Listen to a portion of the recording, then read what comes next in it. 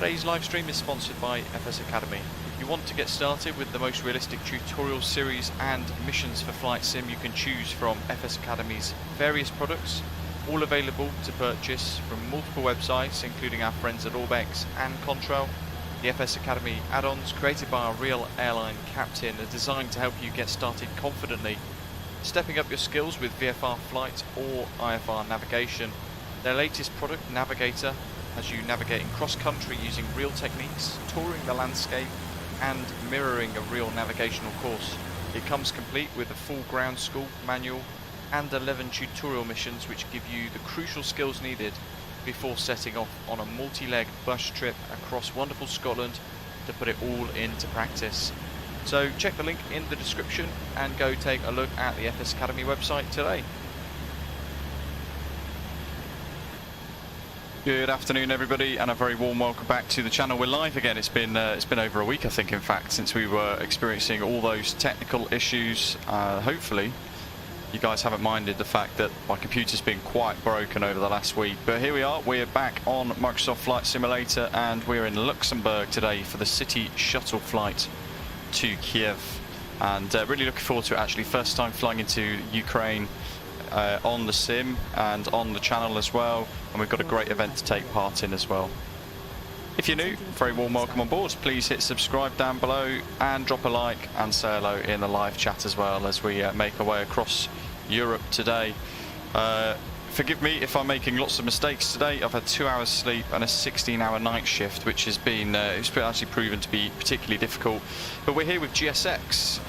We're loading all of the passengers in at the moment and configuring for our journey across Europe for about 2 hours flight time or so, roughly. Probably due to depart in about 20 minutes. But we've got some work to do, configuring the aeroplane, getting it all set up ready, and then we can think about making our way out from this airport. We've got Pyre Devco's scenery there as well. Over in Kyiv, Boryspil International Airport. Ian, g'day. Neil, hello. Badger, David A, MPS Gaming, Faris, hello to you guys. Welcome, and everyone else as well. Great to have you all on board with us today. Who's enjoying GSX? It's been released for a couple of days now. This is the first time I'm using it live as well. There are bugs with it, but it's kind of just working out and understanding how it all works, really. But look at that, it's so cool. It does add like another level of immersion to it, doesn't it?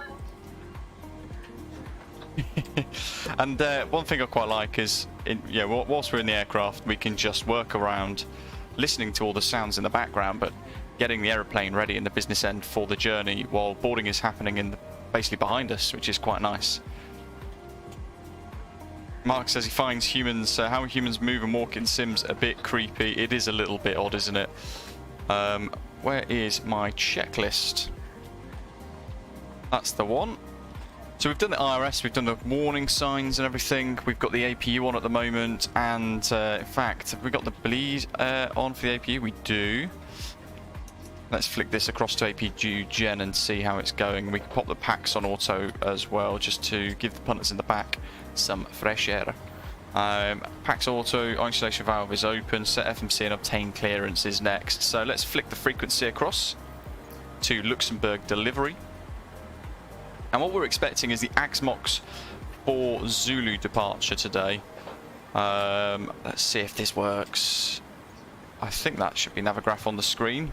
Basically everything's reset on my computer entirely, so hopefully what you're seeing is almost as it was before in the past. And the sound quality and everything hopefully is good as well, because I have literally had to start again.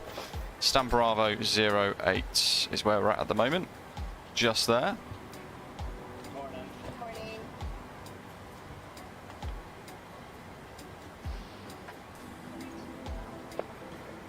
Neil says, GSX is rubbish. Look at the state of the animation on the baggage handlers. The loaders are reversed. I've not noticed that, actually. I feel like I don't want to look now because it might ruin it for me. Where are we? So, it actually reckons that we should have a reduced cell of 43 there, an assumed temperature of 43 degrees with a takeoff 1 profile, 22K. and climb profile 1. Interesting.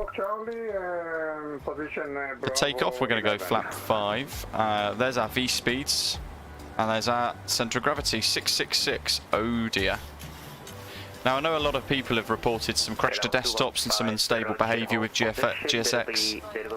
I've had my fair share of problems. Those of you who saw my 30-minute or so long video on the day that it was released just a few days back will know that I've spoken about how difficult I found it to install because of issues with antivirus and firewall and all that sort of thing, which is not ideal. Kind of reminded me of the AIG installation process, which was just woefully painful. Where are we at now? Altimeter set. We need to think about transponder and stuff in a little while, but let's get our clearance while we wait for these punters. Information Golf requesting IFR clearance to Oslo as filed. David, good afternoon. I hope you're well. Ferris has increased the size of Navigraph. Will do. Let's get it up on the screen there. How's that? Should be a bit better. Big old whopper on the screen. We've got Volanta installed again. Oslo, Delta, India, Kilo, 5 X-ray. Hopefully that is going to be working nicely as well. 24 initial climb 4,000 feet, squawk 7176, Cargolux 312. Cargolux 312, read back it's correct. Confirm you have the information, go. Roger, information comes to Cargolux 312. Cargolux 312, Roger. There we are. When ready for push up. So we need to OSBT for our 737 today. We can add our screenshots in that we've taken so far, the 2 that we've taken, and then we can add our flight plan. I must admit, I do like what GSX offers. You know, outside of the bugs, I'd like to think it offers something very unique and very immersive for us to enjoy, which is quite nice.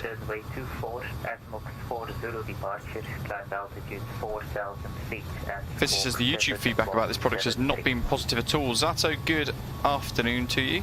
Clear to Kyiv, runway 24. Fabio, does GSX pushback work for Fenix? It should do, yes.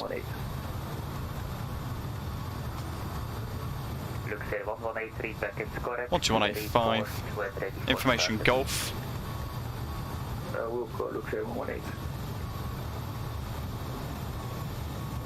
Luxembourg delivery, good afternoon. Osprey 165, Boeing 737 on stand Bravo 08 with information Echo, request IFR clearance to Kyiv, please. Osprey 165, Luxembourg delivery, good afternoon. Clear to Kyiv, runway 24, Asmox 4 Zulu, climb initially altitude 4,000 feet, squawk 7134. Cleared to Kyiv, runway 24, Asmox 4 Zulu departure, initial climb of 4,000, squawk 7134, Osprey 165. Osprey 165, read back is correct, report for starter please. We'll go Osprey 165. LL215 contacted. So we've still got a little way to go, but we've added the departure in as well, which is in here already because there's only one for the Asmox departure relevant or pertinent to our runway 24 departure today, so we've got that in already. Good day, White Road 22 uniform here. Lovely stuff. All the way to SLV at the other end. So we've done that, we've done that, we've done that. 136 plus the 5 is done. We can hear a GSX beep there. What does it want from us? Good day, White Road 22 uniform. Would like to request IFR to Borisville, please. Side level 350, information. Close left entry aft and left entry forward, so let's close those. Just there. Looks like boarding's complete. Look at that for timing. Is GSX worth the money? It's a difficult question to answer, really. When it works really well. It is really immersive. But when it doesn't, it's an absolute pain in the backside. I've had lots of crash to desktops, and in fact, As a prime example, and I do really like this add-on, I have to say, but when I spawned here yesterday to take the screenshots for the thumbnail, because there was a little exit there, so you can see the passengers walking out through the little terminal building, over the zebra crossing to the aircraft, and that's what I preset using the aircraft editor. The second I prescribed the path, the custom path for the passengers to walk through, because it didn't exist otherwise, and I hit enter, it crashed the desktop for me, which is a little frustrating. We've got a lot of fuel on today,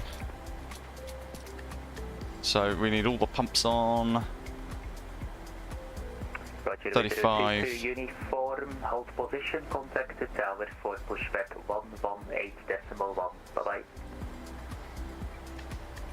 118.1 for Whitrow 22. UK BB. We'll start up now for Whitrow 22. We need a weather profile really for Bye-bye. Kyiv. Interesting. Roger, bye-bye. But that's fine, we'll leave that at 150, why not? That'll do. That's all set. That's all on. Make sure the collar's up. Osprey 2472, Roger. Just gonna hold you for a couple of minutes due to congestion. So altimeter is set. We need to set the transponder down the bottom here to 7134.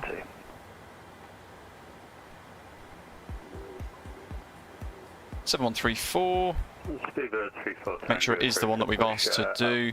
And then we've got tower 1181. 34 Tango, Roger, hold position, expect clearance in a few minutes. 1181 in the standby box there as well. 1019. Cruise altitude set, takeoff data set, fueling, loading, boarding is almost complete. I think we're still waiting for the orders. Oh, in fact, we're not. Fantastic. So using the second FMC, we can go to ground services, we can get rid of the chocks, clear the ground power unit and stuff there as well. And we can think about flight directors.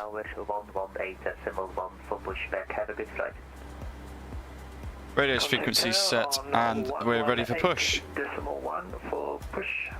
Osprey 2472, g'day. Osprey 165, fully ready. Request push start. Osprey 165, hold position number 4 for start and expect 5-minute delay. Roger, hold position, Osprey 165. Yeah, so I've had 2 hours sleep today, and then beyond that I've also had, well, was it even less than that, I think, roughly. Charlie, hold position, expect a short delay. In total, basically over 2 days, I've had about 6 hours sleep. So you guys are going to see what it looks like for a pilot to fly fatigued, effectively. It's almost like a bit of a test. 312, Roger, number 6 in the sequence, hold position. Hold position number 6, Cargo Lux 312.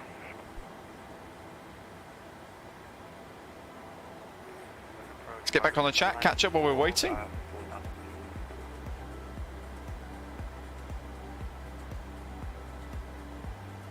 Cargo Lux 794, contact approach 120.875, bye-bye. The Red Fox says, oh, looks like you're using my airport scenery. Is it you that created this? FlightSim.to, it's really good, really good. For some freeware, it actually looks very similar to that of a payware version which is available, so it is very well created. Now I have no idea what's going to happen here with pushback, but I'm going to use pushback nose left/right, so we'll see what happens. Over 100 people watching already, thank you very much, welcome everybody. Yeah, the airspace is closed in real life, but this is a way kind of simmers and things like that.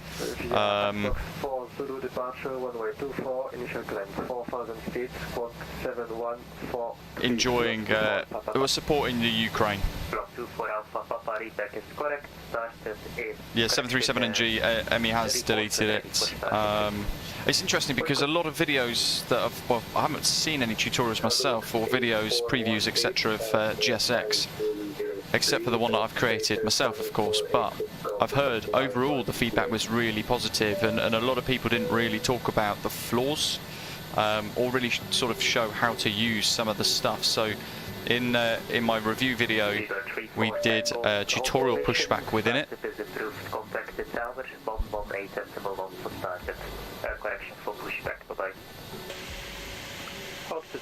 Just waiting for push now. Decimal 1 for push, speedbird 34 Tango, many thanks. Cargo Lux 8418, Luxembourg delivery, good afternoon. Clear to Kyiv, runway 24, Avmox 40 departure, climb altitude 4,000 feet and squawk 7171. So one thing I'd like on this page, the GSX, is a back, so you can go back to the other menu. Otherwise you have to click X, and then you have to go back into the UI. A little bit convoluted. We're going to use their default pushback truck. What else are we missing?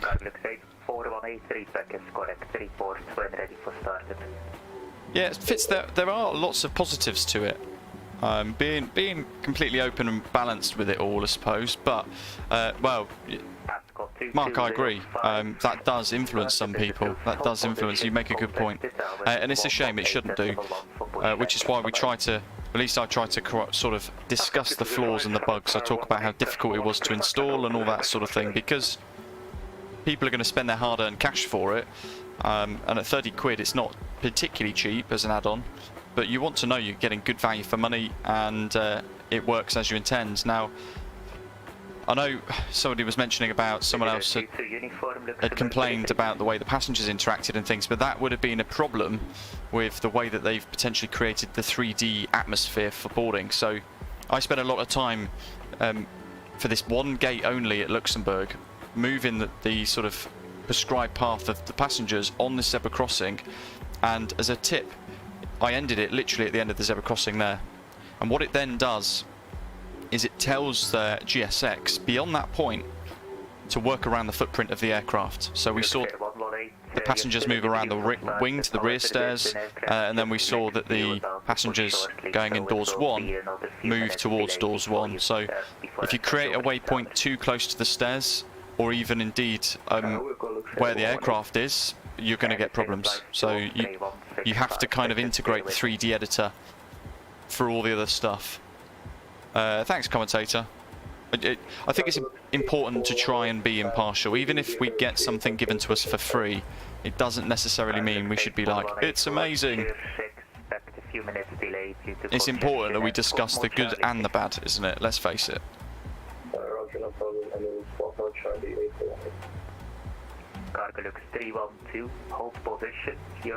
Denny, hello.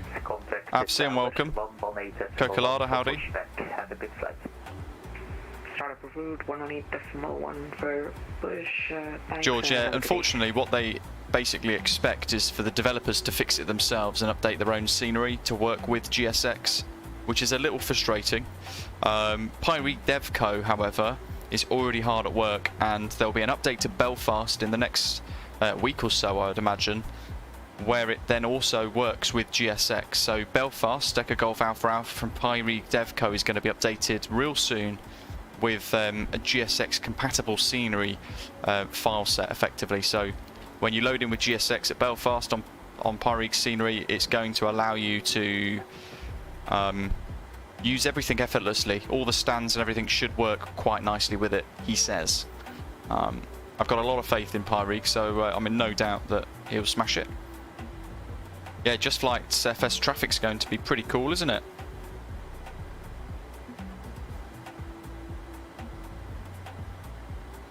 So what we can do is prep for pushback, prepare for pushback and departure now. So we're going to call the tug. And we should have, there we are. Here she comes. What should we call her today? Megan. Let's go with Megan. She's going to insert the ground pin. And again, you can edit where the ground pin goes. So a lot of people moaning that she just walks into the aeroplane. It's kind of difficult to avoid or animate her bending down and moving within the nose wheel bay, but you can change the way this all works effectively and change the location of the ground pin a little bit. But she does do that. Once she's in the wheel bay though, you don't really notice it, do you?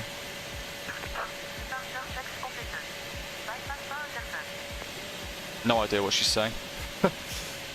needs to take the microphone out of her mouth. What have we got now? The tug, here we go.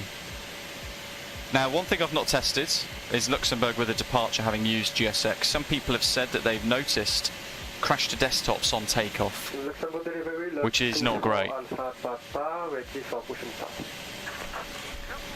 Mark, absolutely, I wouldn't know where to start with this sort of stuff. 2 years of work.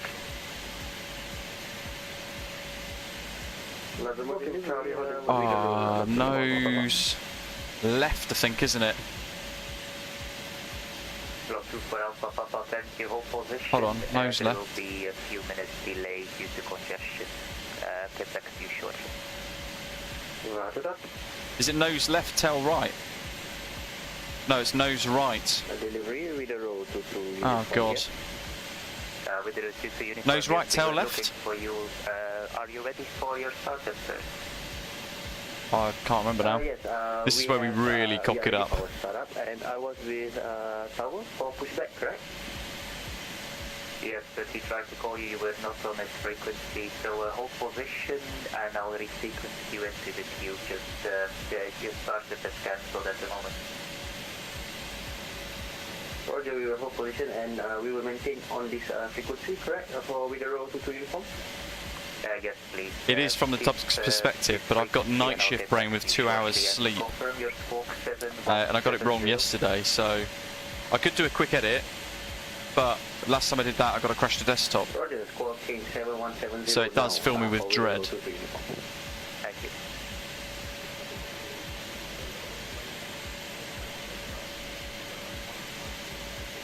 Look from the tug driver.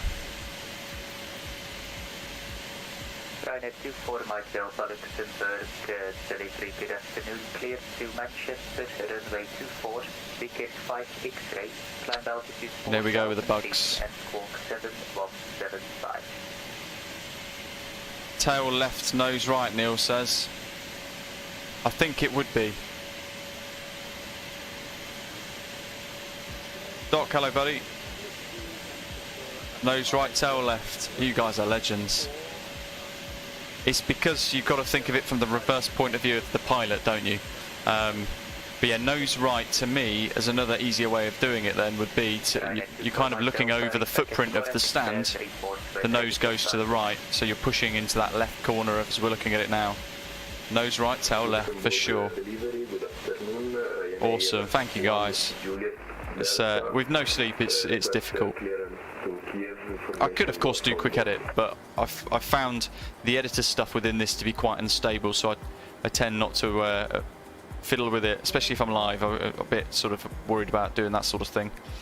J Yang, I've done it. Go ahead, Osprey 165. Osprey 165 started as approved, contacted tower 118.1 for pushback. Have a good one. Startup approved and contact tower on 118.1 for pushback. Thanks for the ATC, Osprey 165, bye.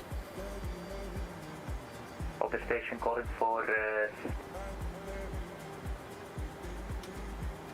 Pop the anti-col on, make sure the packs are off.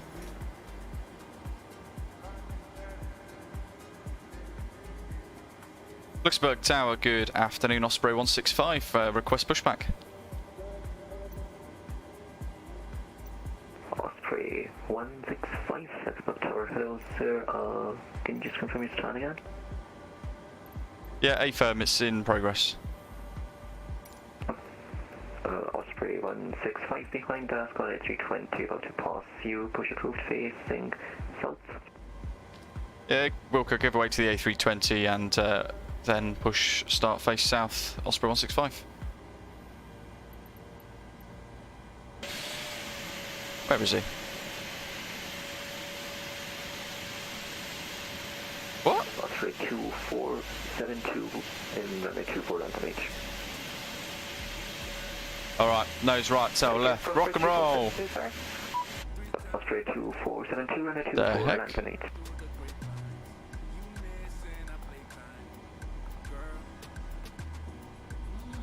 That hold at runway Close 24. cargo aft, close cargo forward. Negative Osprey 2472 and a 24 Wow. line up and wait. Whoops, that'd have been interesting for pressurisation, wouldn't it? There's our first night shift bugger up. Fantastic. Oh, I love it. Let's get rid of this weird music. Cool, engine 2's on the start then, and we want our checklists. Where's my checklists? Bar brakes released. I love that, we've got a slight accent with this one, it's quite cool. 128.75 is next. So let's prep that. Engine 1 is on the move, we're on the move.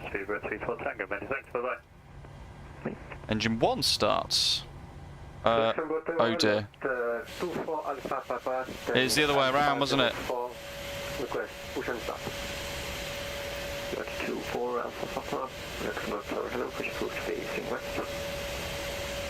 Oh well, too late.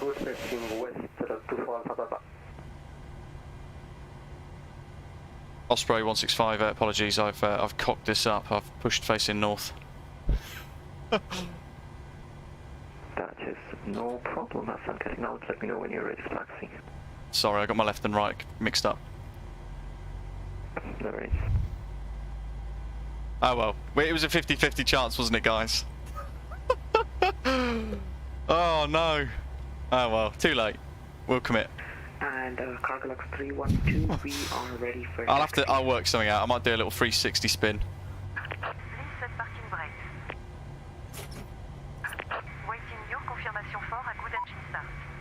Yeah, George, exactly. Yeah, I think this is, you know what, this is when I was recording my video, I think this is where I was getting confused with the way the pushback was working, because I thought it would be the other way, but it wasn't. So this needs a bit more investigation, doesn't it, really? Fuel pumps are on, engine starts both looking good. We've got gens 1 and 2 go to the on position, and we're going to check those for power. 1 and 2, we'll pop it back on to gen 1 for now. Start switches go to continuous, and then up in the top, pop the probe heats on. Oops. Missed the other one. Engine 1, 2 bleeds. Go to the on position in a second. In fact, let's do it now. Get rid of APU bleed. Packs go to automatic isolation valve, automatic recirc fan, automatic. APU bleed is off. APU can come off now. The light goes off at the top, and we're going to set flaps 5. Elevator trim is already set. We want to check our flying controls. So system page, full right. Full left, all the way back, all the way forwards, and we're going to check the left and right of the rudder. Engine's looking good, we're going to arm LNAV, VNAV, auto thrust, auto brake RTO, little warning recall.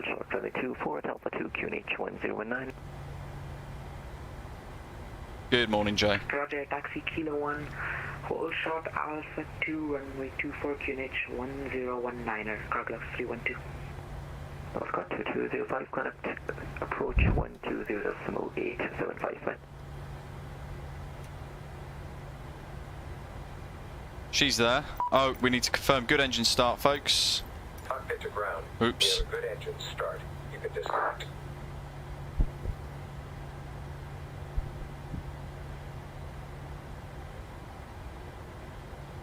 Captain Dreadable, hello. Is that GSX? Or is that the stream? Probably both. Both night shift streams are absolute carnage, as we found out already. He's doing well though. He's probably not using GSX. 2 hours, Adam.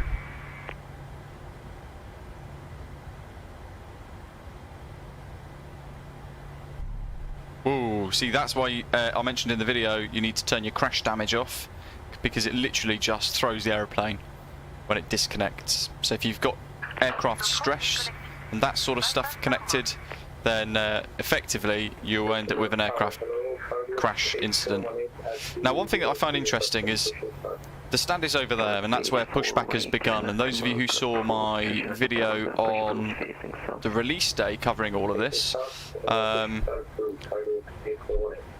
would have seen actually, it was a bit bizarre because they should bugger off back to the stand, but she wanders off over there, does her own thing, and it's all a little bit random, then she walks in the way.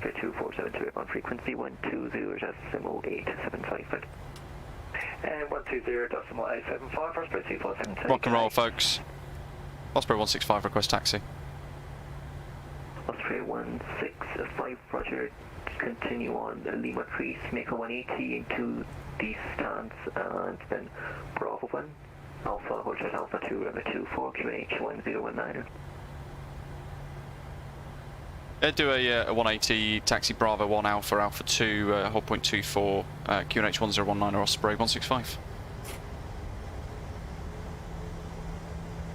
Looks like correction, Carglux 312, Lima 24, land wait. 24, line up and wait, Carglux 312. And Tawala 24 Alpha Papa, this is Okay. George 24 Alpha Papa, roger, continue Lima 1, Hotel Bravo. Turkey. George, yeah. That's something that needs to be fed back, but then who knows whether they'd fix it or not, don't know.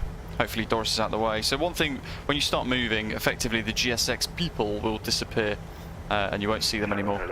Look at this professional 180. It's like we never even cocked it up. 786 Lexo Tower, those the winds 28 772 Oh, it's the centerline challenge now. And continue approach 24. Lovely stuff. That's like we never did it wrong in the first place. Where have we got then? So let's get rid of that. Well, we had a good check of the gyro and the compass as we were making those turns to correct our mistakes, so that's all good. Road 22 uniform, Brussels, the correction Luxembourg Tower for the push approach facing south. Roger, push back approach facing south. Ooh, that's a point. Have I just moved? Yeah. Request taxi. Back in, thank you, buddy. It is stunning, isn't it? Look at that. Actually, this was position, there's an aircraft pushing in front of you. Lots of Luxair liveries today. Wonderful.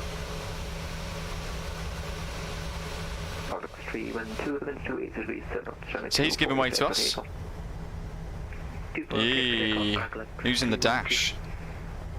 Epic. 24 Alpha Papa, follow the 737 passing from your right to left. Neil, hello, buddy. Hope you're okay. Is it busy today? Cargo looks is going, big old 747-8. Looks 786, B218, Nostral 6 DME. And we've got some new custom views today because, again, I buggered it up. Having to reinstall Windows and reinstall the sim and everything else, it was a nightmare. So we've got all new custom views today. MPS Gaming's just taken off, had a crash to desktop. Were you using GSX? That's the question on everybody's lips at the moment. Depot Dolphin, it is very good, but it is temperamental, really, really temperamental. When it doesn't work or when it doesn't want to work nicely, it's pretty messy. When it works, as we've seen so far, touch wood, it's really, really nice. Really quite impressive.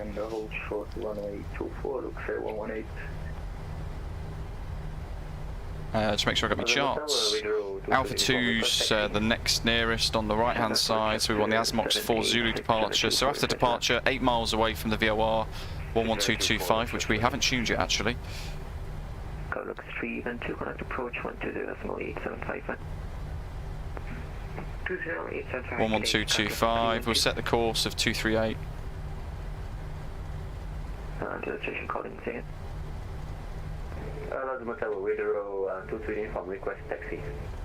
Visual 22 uniform, roger, taxi, Lima 3, Bravo, Alpha, which is Alpha 2, Lima 2, 4, QNH 1019. Yes, gaming, yeah, this is what we've got, the freeware Luxembourg. There's another cargo looks there waiting to go.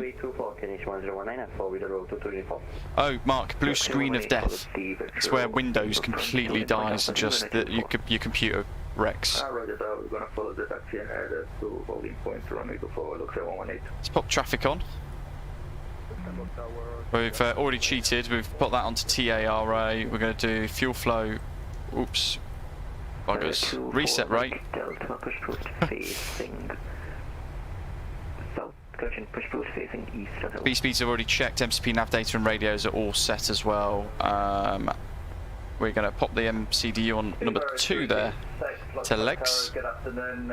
On stand. Alpha 2's ready. Looking to taxi, please. 2886 Luxembourg approach.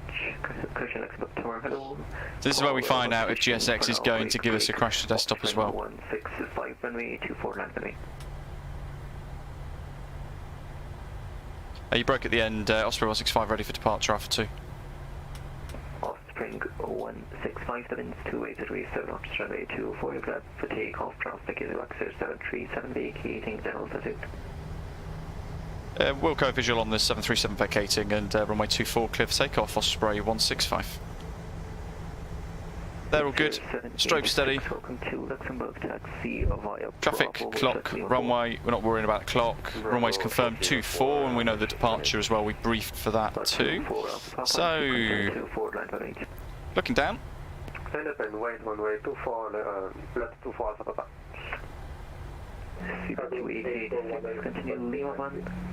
get the throttles to 40. We'll basically continue rolling. We don't need to come to a standstill here. Pop the nose forwards a little bit to put pressure on the nose wheel as we accelerate. Ian's departed with GSX. Engine T's P's are now stable. Toga.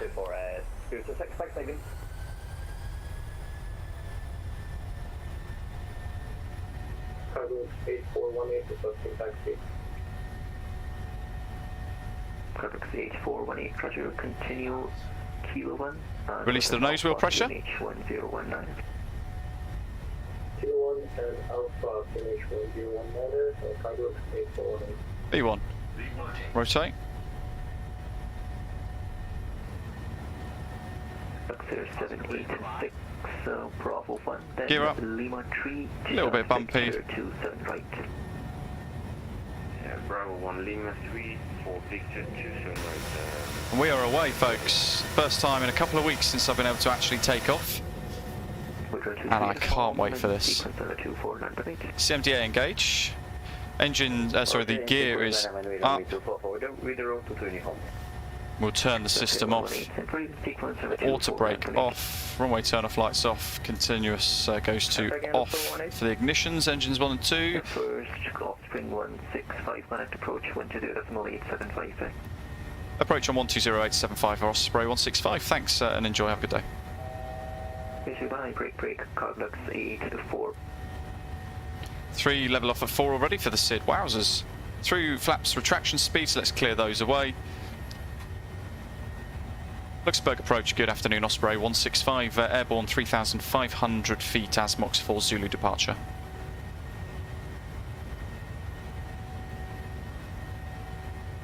Osprey 165, Luxembourg approach will identify the climb flat level 140. Flight level 140, Osprey 165. Bingo. Doink. M1 mode. We're going for the right turn, already at 250 knots. Love it.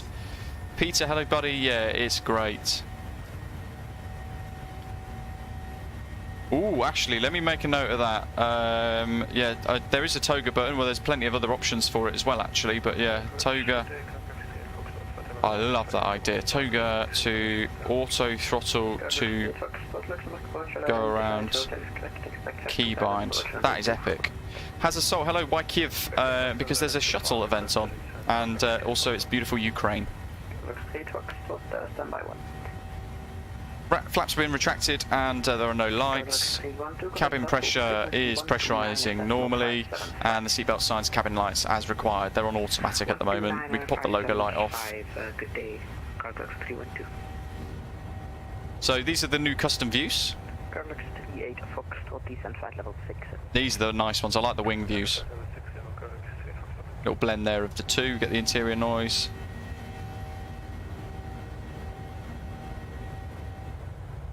There we are. There's a couple of different views there. Our route today is going to take us over Frankfurt and over Prague.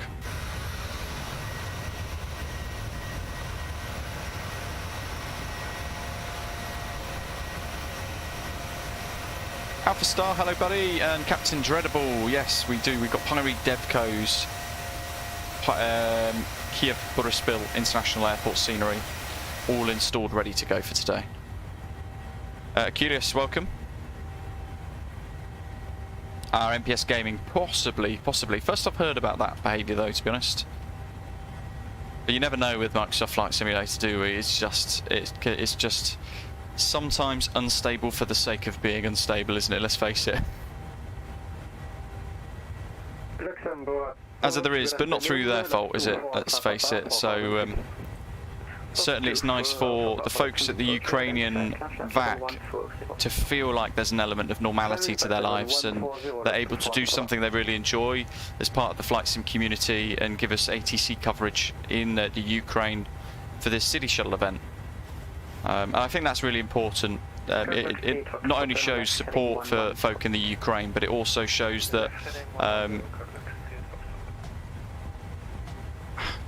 don't really know how to describe it really. We're supportive of them trying to feel like they can enjoy some of the things they really enjoy still with everything that's going on. Maxim, hello. Good afternoon to you.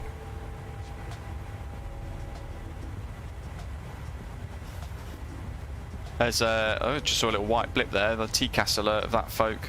That guy there. Don't know where he's gone now. You know what? It is so good to be back in the sim. It is so good to be back in the sim. Those of you who didn't know, I've had a horrendous couple of days trying to get basically all of Windows reinstalled. 165, contact Langen, frequency 124.725. Contact Langen on 124.725, Osprey 165. Have a good day.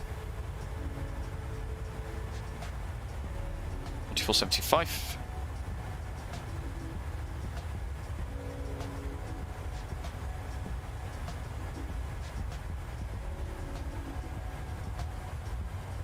Langen radar. Langen radar, hello Osprey 165 for flight level 140 inbound Dikush. I won't say that. Osprey 165 for Langen radar, hello, identified. Climb flight level 210. Climb flight level 210, Osprey 165. So 210, that's good. Altitude intervention. Oh, it makes a change, doesn't it? Yeah, as I was saying, we ended up having to reinstall Windows entirely.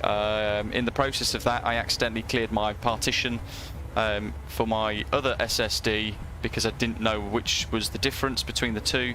And then I lost all my add-ons, all of my files, everything, except for the ones that I was able to back up. But because of the continuous blue screen of deaths and things like that I was experiencing, it was just impossible for me to actually get anywhere near backing everything up properly, because I risked corrupting the USBs and everything else I was trying to put in. So it was a mess. So we did our best. We had a lot of help from Neil, Ashley, a few other people in our Discord server, in our members lounge. Really appreciate all that help, folks. I really do. Trying to get us back up and running as soon as possible. But in effect, one of my brand new Corsair RAM sticks went faulty. So I've had to buy some new ones, which is not ideal.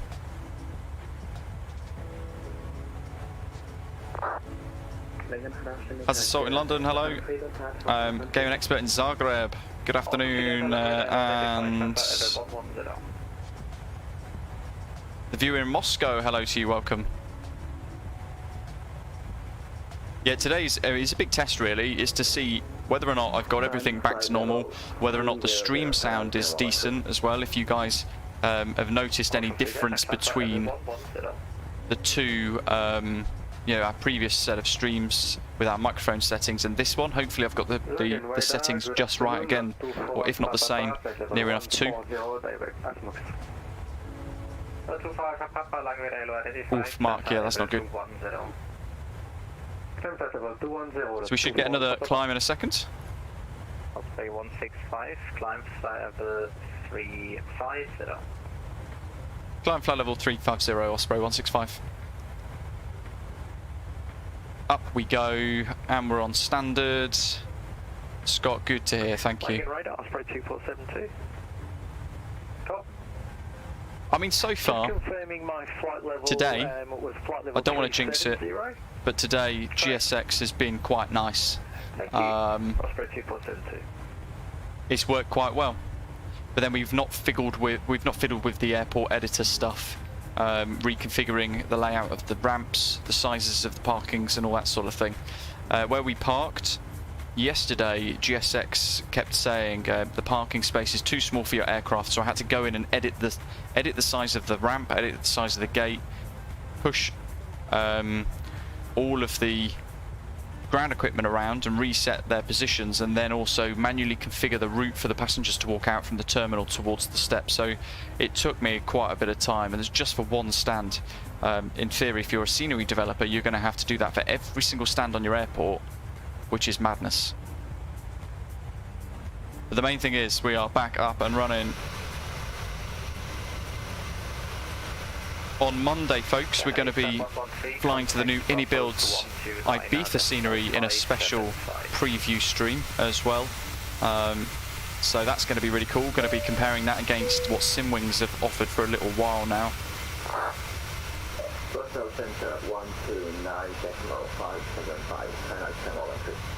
And we've got one more stream, probably tomorrow's stream, although we're yet to actually configure a route or anything for it.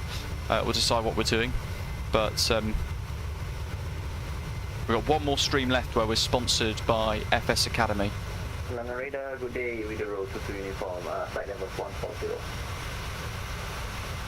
Flight road 22 uniform, London Radar, identified, climb flight level. Kyiv Hazard is in the beautiful country of the Ukraine.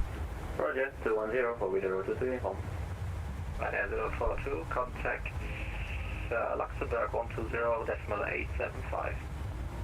Contact Luxembourg 120.875, thank you for your 042. Flying radar, Ascot 2205, apologies for the late call, passing flight level 260.390. Ascot 2205, flying radar, hello, identified, climb flight level 390. 390, Ascot 2205. Wow, I can see David, he's miles ahead. 3 Delta, switch Unicom, goodbye.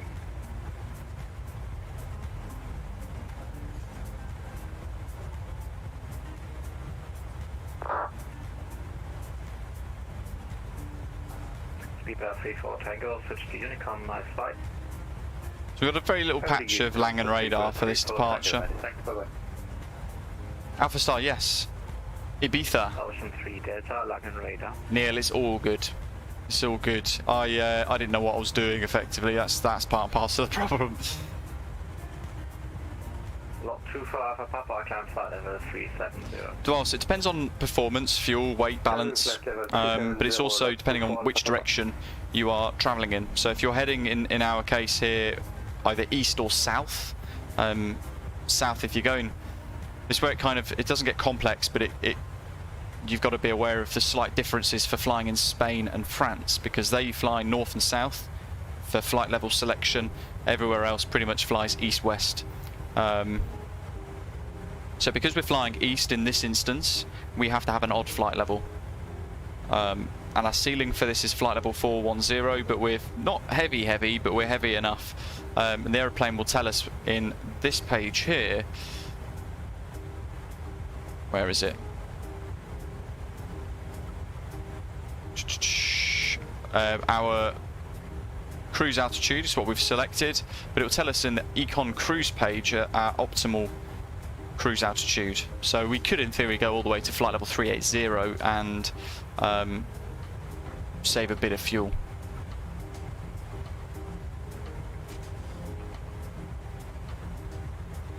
I think we're expecting the SLV-2 Victor arrival into Ukraine's Boryspil International, which I'm just trying to find on the charts.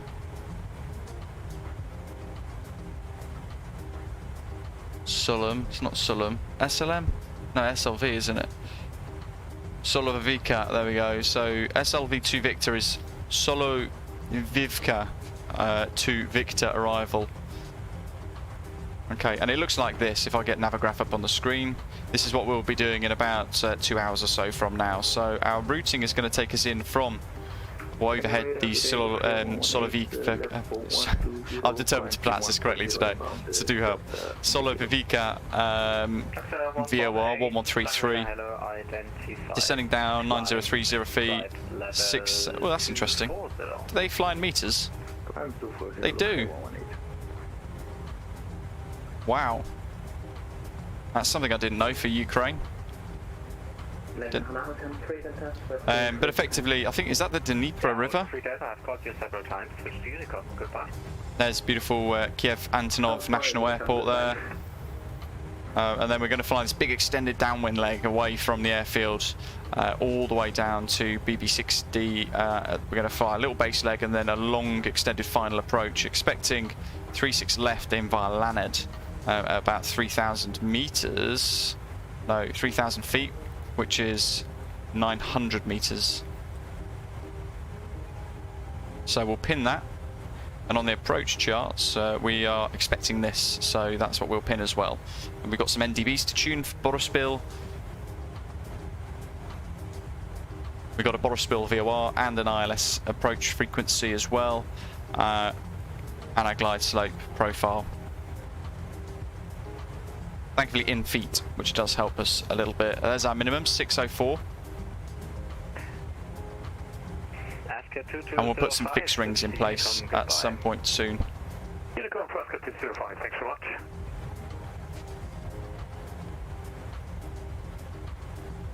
Yeah, so China use meters.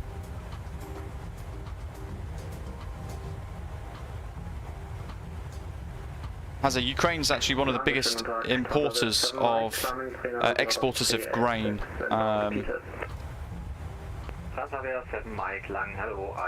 Yeah, so as VATSIM saying there, well, Russia uses meters as well. There we go, and North Korea. So that kind of makes sense why the Ukrainian charts show meters as well, because they obviously neighbour Russia ever so slightly on the south side. To Mike Uniform Charlie Hotel, Lang Radar, hello, identify descent flight level 250. 250, Charlie Echo. We don't know what approach we're going to get yet, but we'll use Volanta in a minute. We'll have a look at all of that to see how it all works. But in the main, we are now pretty much at cruise. Sofia to Bucharest, very nice routes. I think Sofia's got some very nice freeware scenery. What am I doing here? It's number 3, that's the one I want. Got to get used to my new keybinds. Budapest.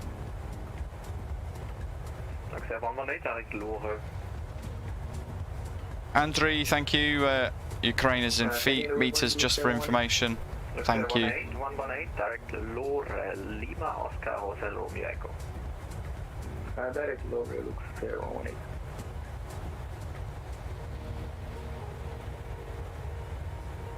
Depot, quite possibly.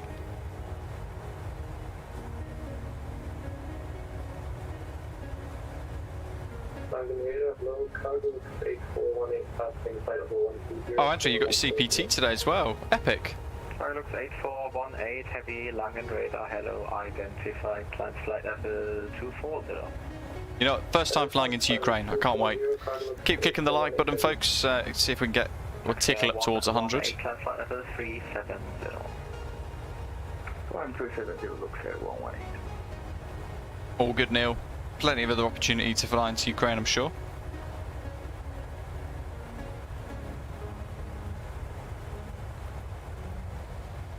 To Mike Uniform Charlie Hotel, cleared Bitboo 1 Echo arrival.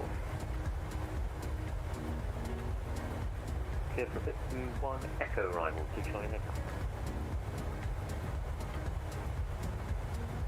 Landing radar, Austrian 131, descending flight level 1204-110. Hotel 121, Lang radar, hello, identified. Confirmed, Farboard 2 Bravo.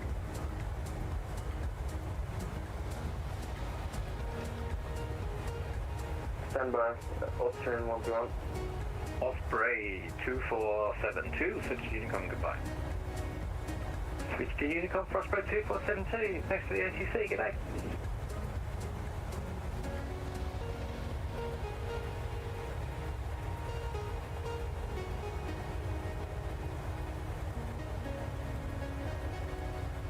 Oh, Doc, To make cool. from Charlie Hotel, descend flight level 90 if you're able to reach level at Bitboot. Neil, interestingly, no. So I uninstalled the driver for my Turtle Beach Velocity 1 because there was a little warning sign effectively on my Windows desktop thing for that device, folks, basically. So I was thinking, has that been causing some of my problems? So I deleted it all because Windows told me there was a driver issue. Uninstalled everything, cleared the drivers, restarted the computer, updated the software on it, the hardware and drivers and everything for it, and it was fixed for a little while, but yesterday found that it's kind of still there, so I'm not, it's all a little bit confusing, but I've reached out to Turtle Beach for a bit of support to ask, have I missed something, have I not done something right having reinstalled Windows for this yoke system, but it still works absolutely fine, which is bizarre. So I'm thinking it's like a false flag, if you like, the little warning sign for the Turtle Beach thing, because everything still works exactly how I would expect it to, with no issues so far with the yoke and the throttle, actually. Lolo, not really, no. I keep seeing stuff about, last week I saw a load of videos about the A380. Absolute nonsense. Don't waste your time watching them. It's going to be at least a year and a half away, let's be honest. So we're better off just sitting back and just waiting, because they don't offer anything else. It's not like the videos are, they offer any context or actually show it in flight working. It's just a regurgitation of stuff that Flybawah put out every month to say we're still working on it. What's coming else? 165, switch to Unicom, goodbye. Switch to Unicom for Osprey 165. Choose. And radar, hello, Charlie. 23 Charlie, get you flight 350, inbound Tibble, CPD off. Unicom.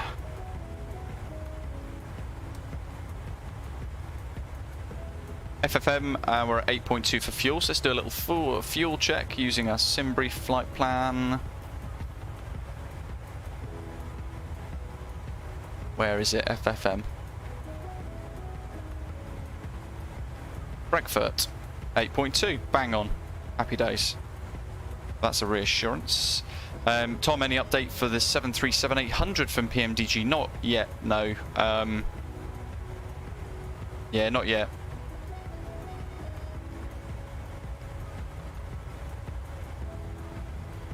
I think it's coming soon, but part of me wonders maybe, are they waiting for Sim Update 10? Was it going to come nearer the time of that? But that's now been delayed as well, hasn't it? So who knows? Interestingly, Sim Update 10 is supposed to give us performance improvements, isn't it? Yet apparently performance is really bad on it, and they've had to delay the release of Sim Update 10 to try and address the performance issues. Doesn't fill me with much confidence. Yeah, the Fokker Fellowship from Just Flight is going to be epic. The latest development images for that just look so good. The detail that they're putting into the cabin and the flight deck just looks remarkably good. So looking forward to that. Bit more old school jet type flying. Hopefully it'll be quite like very similar to the way the BA 146 flies from Just Flight as well, where you can kind of enjoy the character of it too. And that's when you know it's a good add-on.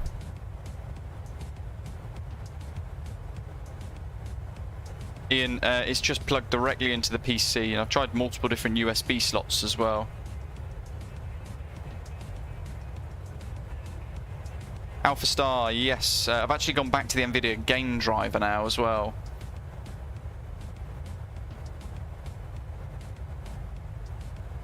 I think that's where it all started to go wrong for me, to be honest, because I was installing the latest NVIDIA game driver update, and at the same time, well, after that, I then booted the sim, and I tried to then go into filters, the NVIDIA Freestyle filters, and that kind of went from there. Stonners, hello, buddy. That was it was a long night last night, mate. I'll tell you now. it was awful. But yeah, I think you'll be glad to have been away from it a little bit. Adam, we don't really use many replay modes at the moment. usually, if I'm going to use one, it will be Sky Dolly, which is quite cool. Liam is asking, is the Fenix to the level of the 737? I'm thinking about buying it, but need some confidence to pull the trigger. When you say to the level of the 7.3, do you mean just the amount of complexity and the sort of quote-unquote study level aspect of it? Because if so, yeah, the Fenix is awesome. It's quite heavy on performance. So depending on what system spec you've got to potentially think about performance hits. The 737 is by far and a long shot as well, being extremely stable on my system and very, very, very smooth. But by contrast, the Fenix can be quite stuttery sometimes. Deeppod Dolphin, someone on a budget, would you recommend the Navigraph Air App subscription plus ChartFox, which I already use all the time, or should I just go for the whole shebang? If you're going to go for the whole shebang, then I would recommend, if you can afford it, go for the ultimate subscription, but pay for the annual fee, so you have it for the whole year. And it's about 30 quid or so cheaper in total by paying up front. And that's probably the package I would recommend.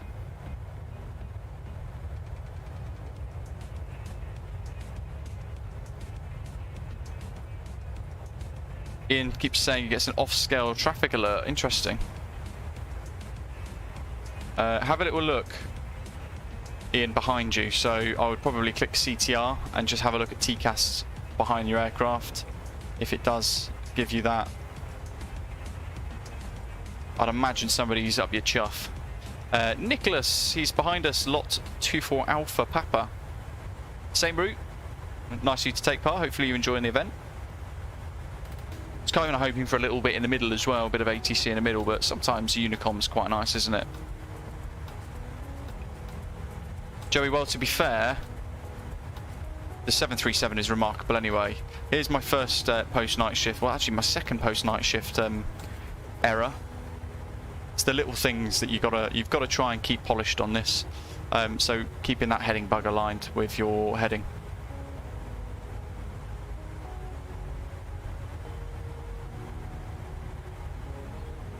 Yeah, I think the Navigraph thing is it $9.99 a month or something like that, or it's about 60 quid for the year. So it's a significant difference in price, as an estimate, without me actually checking the figures, of course. Yeah, Navigraph is awesome. If you like to use VATSIM, it's worth its weight in gold, absolutely. As Neil says, he's extremely tight, and he paid for Navigraph, so...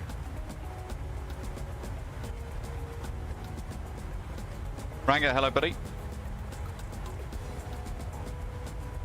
Adam's asking, how can you get working ATC with the Fenix without using VATSIM? I don't think you can because of the way it works. Most of the simulation is actually done outside of the sim. So yeah, it's something you've got to bear in mind.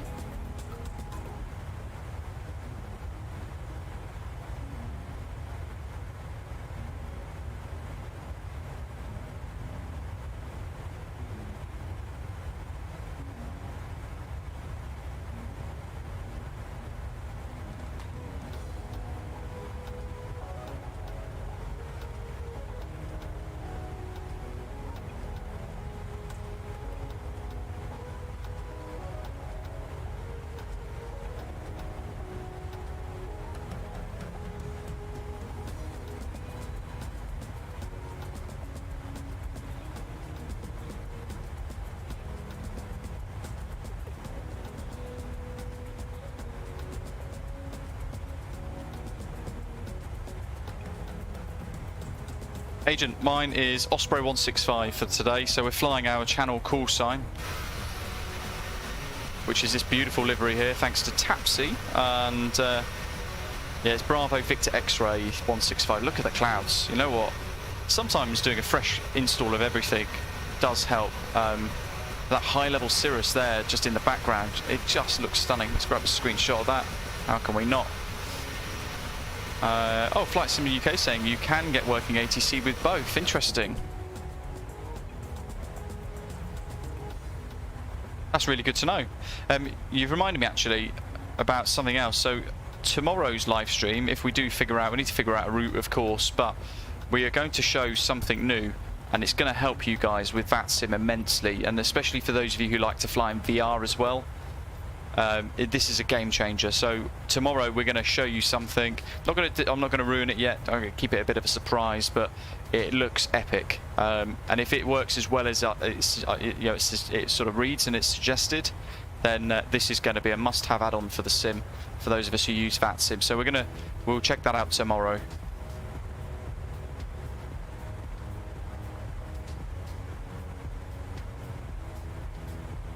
Lolo says Phoenix uses 90% of your CPU on your PC. Good grief, yeah, it does gobble up performance, doesn't it? Doc says it's Parma, Malaga, Parma for tomorrow. Is it? What?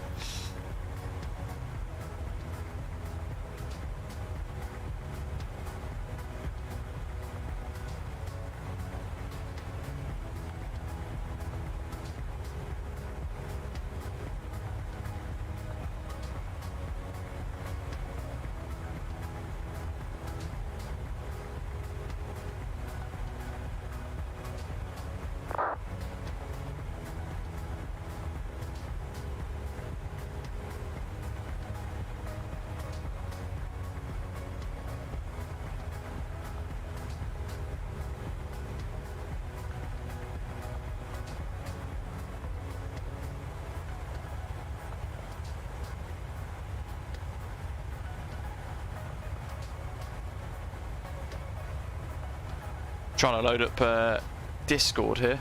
Larry saying, do you recommend GSX as it is? So it's tough. I don't want to say no. Neil saying, good God, no, it's bloody awful. But as you saw at the start of today's live stream, there's a couple of issues with it. Pushback for one. When you click pushback nose right, but actually it goes the other way around. So it's actually almost pushing it from the pilot's perspective, not the tug driver's perspective. That's a big whoops. Yeah. But I don't think it's terrible. I don't think it's terrible. It's very buggy. We have to know how to work around the bugs. We have to understand its quirks, like with most add-ons. But when it works very nicely. If it's going to throw up, though, if it's going to throw up some problems, then yeah, if you're going to get some issues, then you can expect crash to desktops and all sort of stuff. So yeah, just be wary of it, really. Bacon Sani's actually, I think by the looks of it, you've applied for a refund. Have you? Yeah, it looks like you've applied for a refund, have you, from GSX? Neil.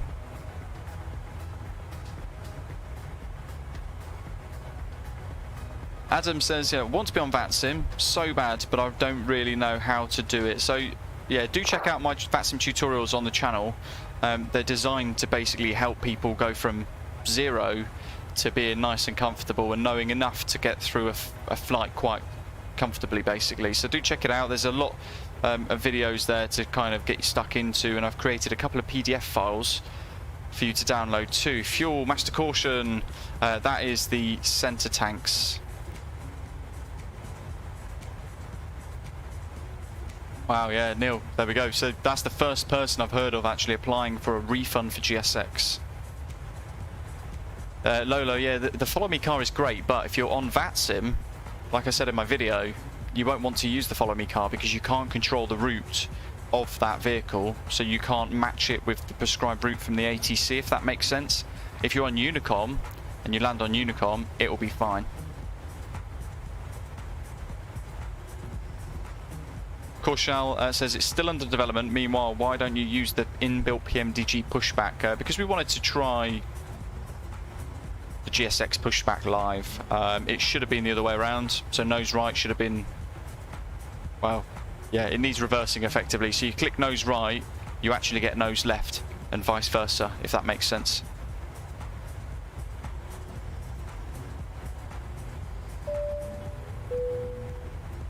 Michael, that's the big thing, isn't it? We get enough risk of crash to desktops through MSFS anyway at the best of times. So why did we want to risk it anymore? It's a bit of a shame. Lolo, yes, pretty much. FSLTL is back, however. Let's turn crossfeed on. We'll do a little bit of fuel balancing there because we're almost at the limit of what is allowed. I think it's 700 kilograms max. Crossfeed's on. Let's turn aft fuel pump 1 off first. We're just going to keep an eye on the engines. And forward fuel pump 1 on as well. Master caution. Let's clear that.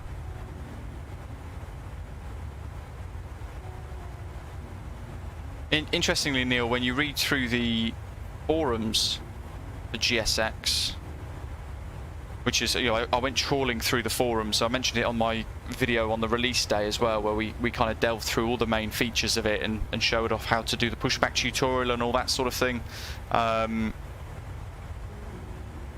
Interestingly, in the forums, a lot of people who use P3D and FSX with GSX have been reporting similar problems for years. And as R2B2NZ on our Discord was discussing the other day, the way the installer works, it downloads every single file separately, and it's just very backwards, it's very convoluted, and it's not very efficient. And there must be a better way to do it. I think he described it as a very messy way to run software installation or something like that. Sergeant Lobster says he's excited for the Luke Air Tool to integrate into the usability of GSX. Let's turn crossfeed off. So what we've done there is a little bit of fuel balancing. We had, well, fuel was 3.86 in the left tank, but on the right tank it was about, in comparison now, it would be about 3.92 or something like that. So we've done crossfeed on, we've turned off the left fuel tanks, so we're using engine 1 and 2 feeding fuel from only tank number 2 on the right. And once it's got almost matched, we've just opened both the tanks back up and turned the fuel pump back on again. Lots of heavy overcast cloud down below, look at that. We have got a little TCAS debris. Potentially above us somewhere. I can't see anyone. Might be further than we realise. But there's also another TCAS alert for somebody possibly on top of us. See if we can spot him. Oh, look at those contrails. Epic.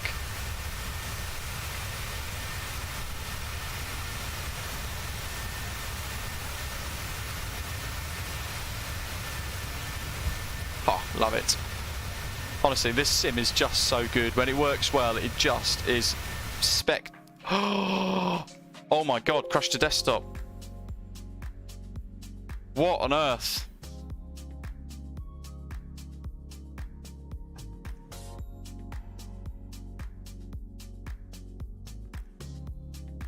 What was that? Don't even know where to begin trying to troubleshoot that. Badger, have you just had a crash to desktop as well?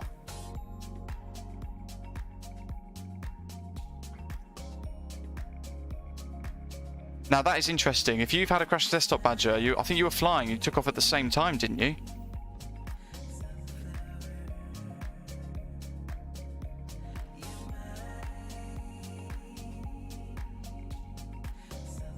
GSX strikes again.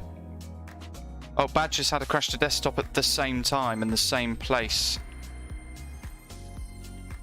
Yeah, you know what? If that's GSX, it can get uninstalled then.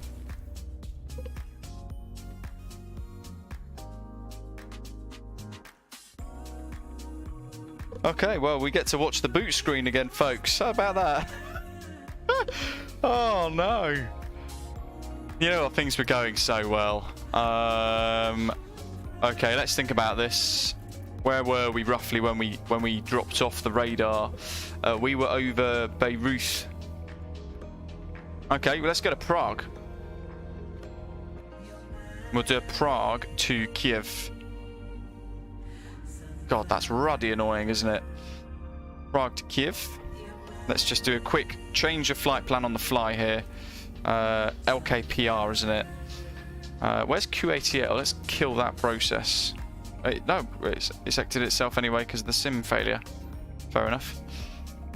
No idea if that's going to be accurate. We're going to change 36 left, so SLV2 Victor.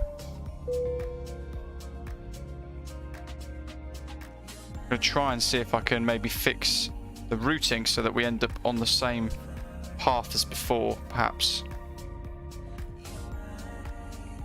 Uplav, Netter, Dibed. There we go, beautiful. So from Dibed. Okay, we've got a new route.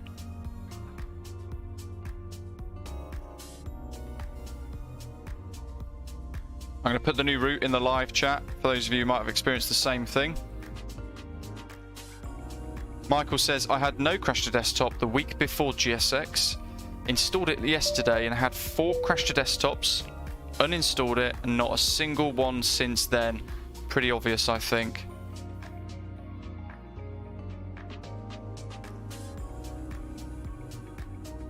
Flight Sim UK says, have a look at Event Viewer. Now, that's a good idea. Let's bring it up and see if it was QATL. I'm rubbish at this, by the way. So, administrative events? That's a lot of errors. Holy moly.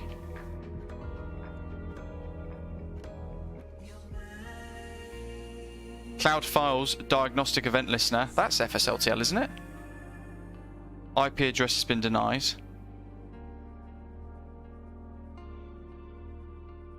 Hold on, when was this? Oh, so that was earlier. Ignore me. These ones.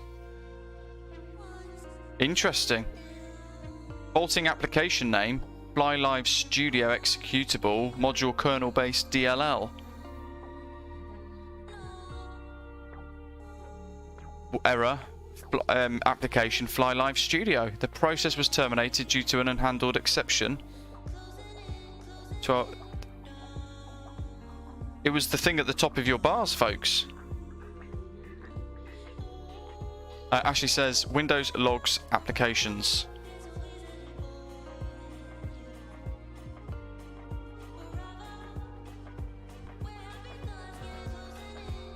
Fly Live Studio, isn't it?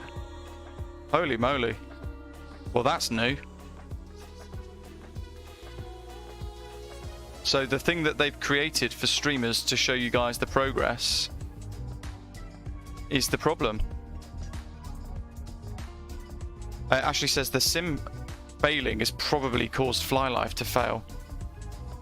True. Well, we can look through the rest while we're waiting for boots, can't we?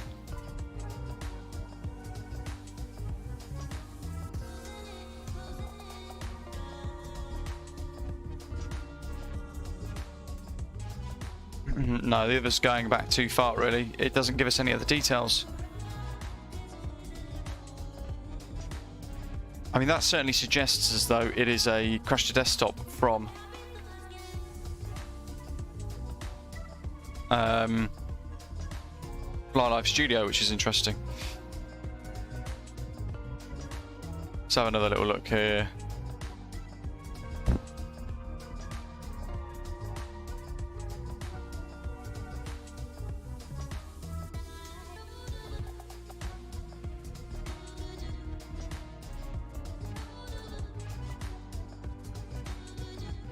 System events have got, there's nothing in the log there. Forwarded events is blank. Application service logs, nothing there.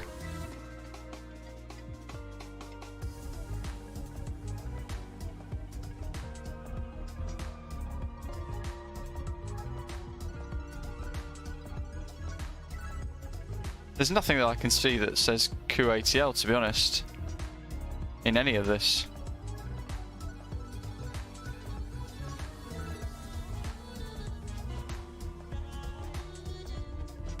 So everybody's there pretty certain it's not FlyLive that's caused it. You can type in reliability history. Okay.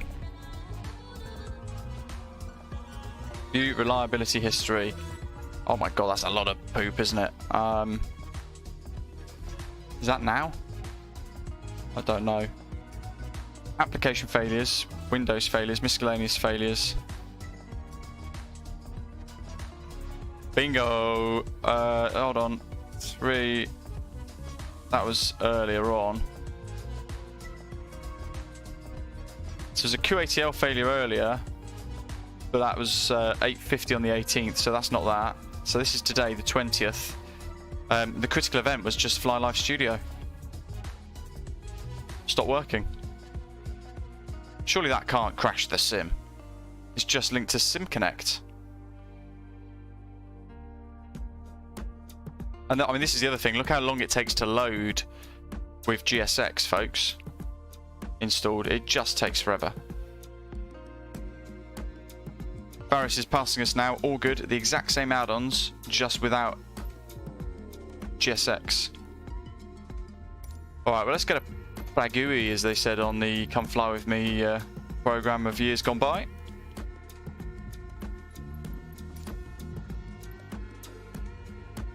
Where are we at? What's the runway in use in Prague?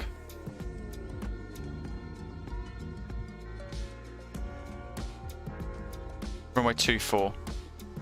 That'll do. So let's park on the east ramp, right down the bottom.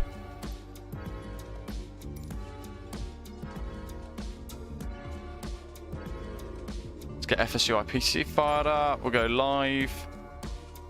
And we'll hit fly. Again. It was going so well.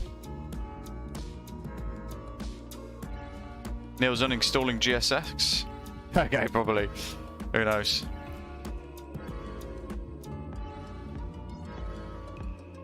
Thomas, hello.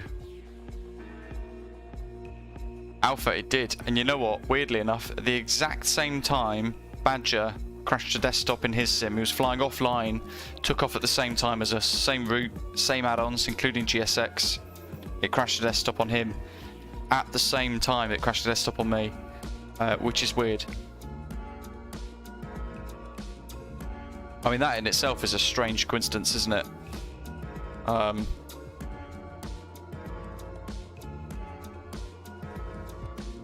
But then why, you know, if it's GSX, why release it if it's this unstable? I know in my video I've reported lots of installation issues, lots of crashed desktops.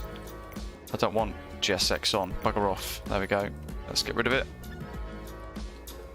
Hopefully that's enough to at least get us to Kyiv. Certainly not giving up. We are flying to Ukraine. Ooh, okay. We're gonna have to use PMDG's pushback. Okay, this is gonna be the world's fastest 737 configuration, folks. So do bear with me while I try not to crash the sim again. What does it want us at? 350 again, that does us a favour. Let's get on VPilot.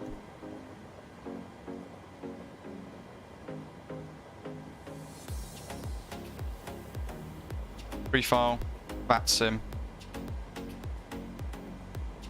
Just trying to make sure we fed the... Oh, we've actually got Prague on. Whoops. Okay, well at least we got tower again. Every cloud. By the looks of it, there's many at the moment in Prague because it is chucking it down with rain.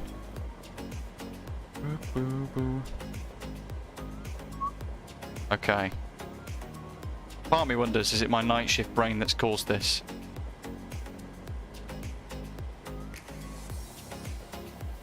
Okay, well that's doing it. Be on the ground 90 seconds time. Alright, we will. That's done, that's done, that's done. Your damper's on, they need lining, that's all good. Let's get the APU on. APU gen, we'll flick that across, we'll put the seatbelt signs on while we're up here. That's all good, packs are off at the moment. We'll leave them off just for the engine start. We'll go straight in for it really. Enter IRS position, so FMC. POS in it. 1, 2. LKPR. Let's get the lights on, the panel lights and things fired up.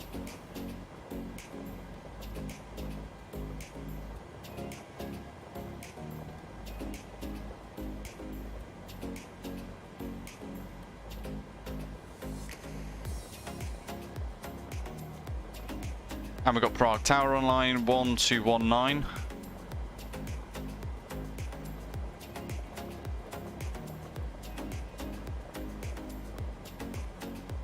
This is a little impromptu stop, 13455. I will get back to the live chat in a second, folks. I haven't actually got it on the screen at the moment because I've got a few other things covering it while I try and get this done ASAP. Gonna try and see if I can somehow feed back into all of this.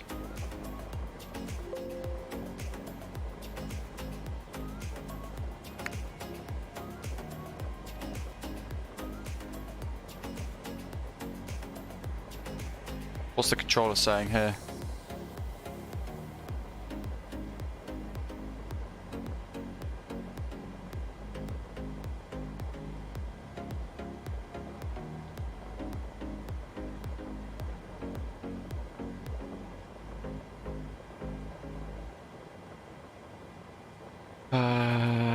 Panicking because I'm trying to fly from Luxembourg apparently.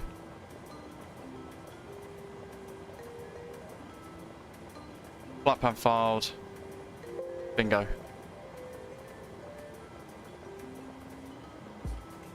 Okay. Route. We're gonna have to do this manually. Okay. Oops. LKPR to UKBB.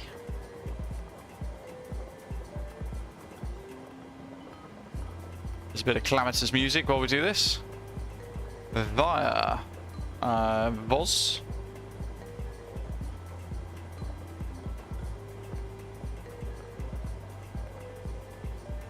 Lixa.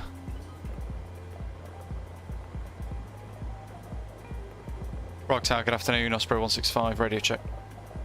Uplab. 165, closing ground, order 80, 5. Thank you, Readability 5 also, Osprey 165. Netter. Dibed.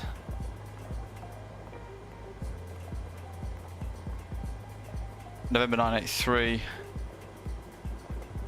Oops.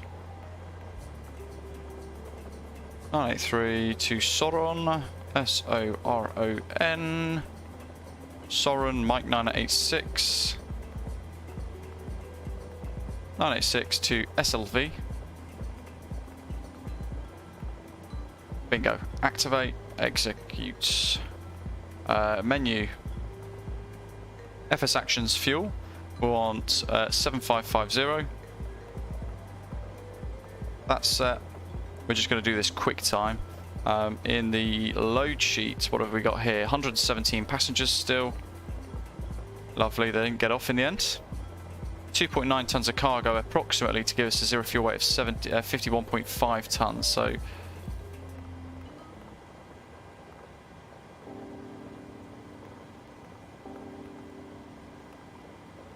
$51.5. All the doors are closed. We need the APU gen bus. They're all good. APU's fired up. That's all looking pretty swish. And we need to check, so let's clear this. Let's get Navigraph's new information put in place. In fact, what I'll do is I'll use the same routing. LKPR. And I'll just bring up Prague's charts. Might be easier. What we're expecting. VOS 3 Mike.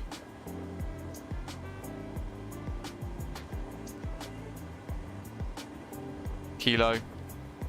Wireless approach runway 24. Transition level 60. Lots of poopy weather. And QNH 1015. 1015. 1015. You know, let's just pull the new route in from here, shall we? VOS 3 Mike, VOS 3 Mike, VOS 3 Mike.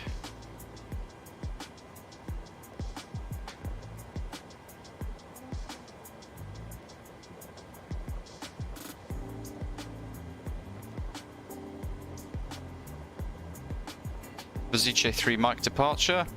Airport is there. I don't know what stand we're on. We're all the way down the maintenance facility. I'm going to say roughly stand 25 or Sierra 25 Alpha.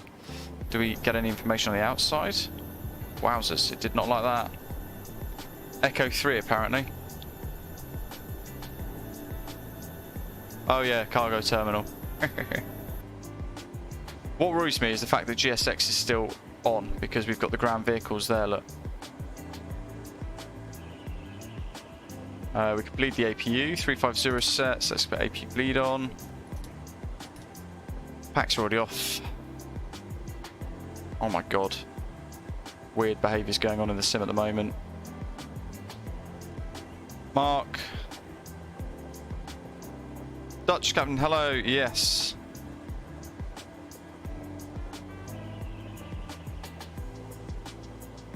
Gary said, just seen the new GSX, how is it? When it works nicely, but it's very unstable. We reckon we've just had a crash to desktop caused by it. We're not really sure, but HGF says should have uninstalled. Yeah, probably should have done, but it's a bit difficult. Ziche, let's get clearance here. What are we? Echo 3, information kilo. Prague Tower, Prague ground, sorry, good afternoon. Osprey 165, Boeing 737 on Echo 3 with kilo. Request IFR to Kyiv. Osprey 165, cruising ground information skill correct, QNH 1015, time 31, clear to Kyiv, Vojce 3, Alpha departure, runway 24, climb finish altitude 5000 feet, squawk 1426.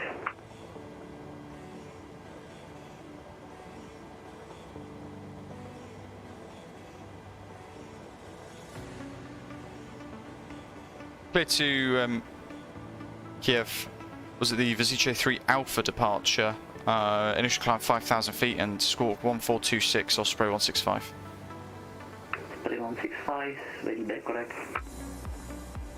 Ah dear, right. 1, 2, 3. Vazice 3 Alpha, execute. We need to do it at ref.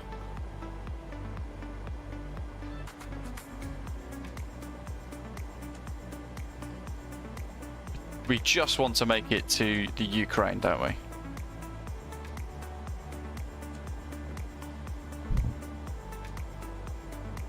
Cruise winds. This is the thing that I don't understand, because on my video I explained that there are issues with it. There are crash to desktops that I've experienced with the airport configurators and all that sort of stuff. Yet apparently some people were saying how amazing it is, and that there's no faults and no flaws and things like that. And there are issues with it. We're in no doubt there are problems with this. Takeoff 1, climb 1. We won't bother with the derate thingy. We'll just go full beans without go to toga. 1, 4, 2, 6.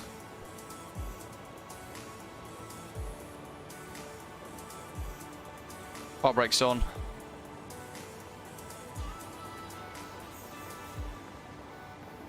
.45 on the trim.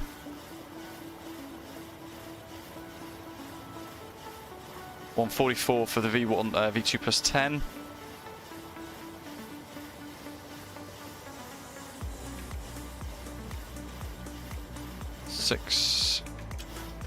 .45, that'll be that roughly. Initial climb to 5,000. And I need the charts. Initial altitude, sorry, heading 241.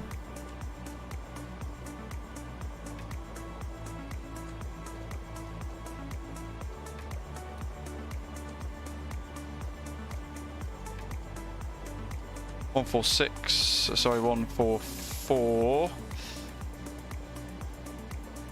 have to refer to my checklist here to make sure I've not forgotten anything, because we were on the after takeoff checks, weren't we, at that point?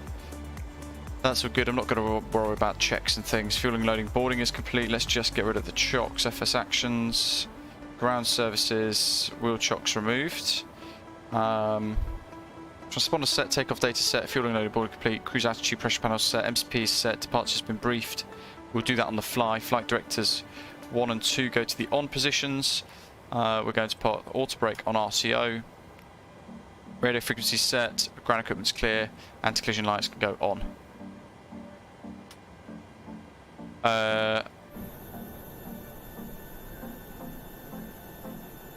Osprey 165, request push to start. 765, start of control deck approved, facing holding point Zulu. Push start, facing Zulu, Osprey 165. FS actions, ground services.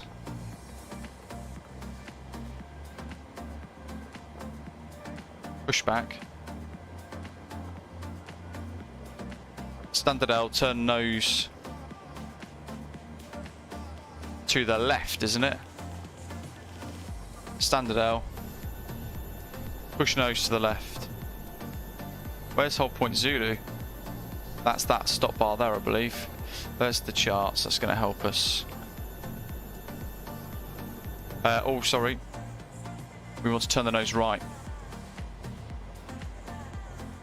And we'll do the baby tug. Cockpit to ground. Go ahead. Quick check the overheads. Cleared for pushback and start. They want the tail to our left. Tail to the left. Roger that. Ready to push. Tail to the left. Park brakes off. Ooh.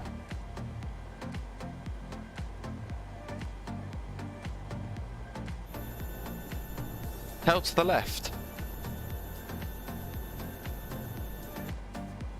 Basically, we want to go over there.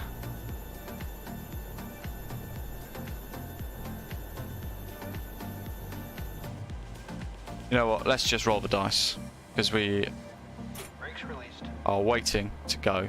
I have no idea if this is going to work, but we'll go nose right.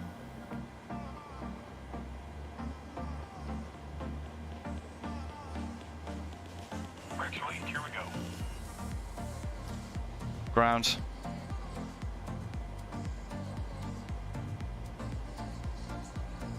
There we are.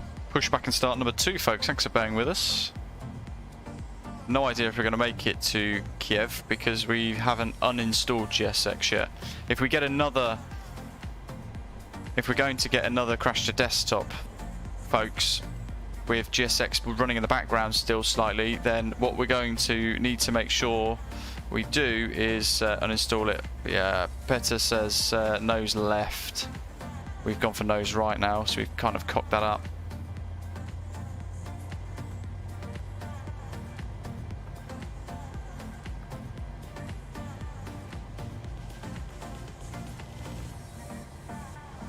Just do this. Nose left. Distance to the taxi line. 10. It doesn't let us change it. Radio.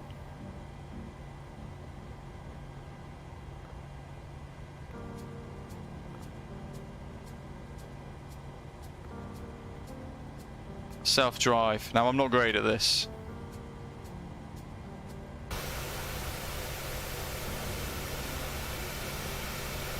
Whee! Oh, God. I'm so bad at this. Look at that. The tower won't even know. Thank you, PMDG. Oh, don't snap the nose wheel. That'll be the next thing. Good grief. Oh, God.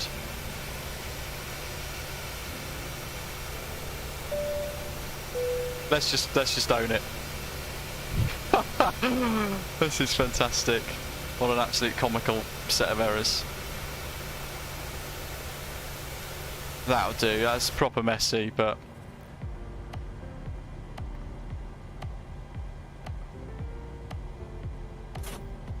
let's get rid of it. Engine 2 started.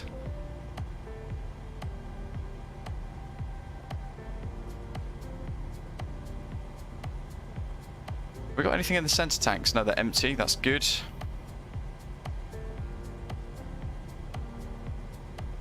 I'm doing most of this memory item now from scratch, folks. Yeah, it does seem laggy, doesn't it? Malteser, thank you. Let's get Fly Life Studio back up then.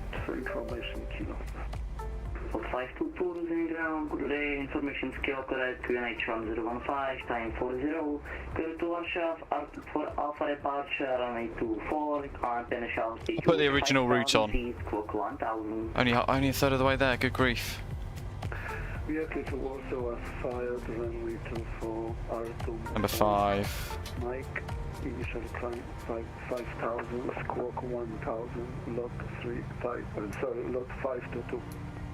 Lot 522, confirm R2 for Alpha departure. Okay, R2 for Alpha, lot 522. Lot 522, They're good. Looking at the left, looking at the right, they're looking all good. Auto, bleeds are on. APU bleed is off. APU goes off. Flaps 5, green, set. Auto brake RTO. Taxi light can go on. Osprey 165, request taxi. Osprey 165, taxi to holding point runway 24 via Zulu. Taxi hold point 24 via Zulu, Osprey 165. Wow, so there's someone else that's asked for a refund from GSX, Petter. That's 2 now, folks. Have I been... Oh, for goodness sake. I got rid of him. There we go. Post night shift streams. Let's go.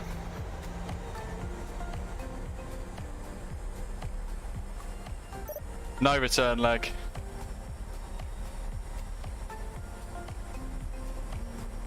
One 13455 is set.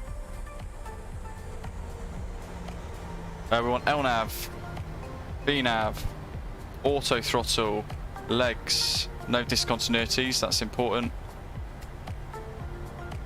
We're going to go fuel flow reset rate, traffic mode on. 165, contact cruising in tower 134.550.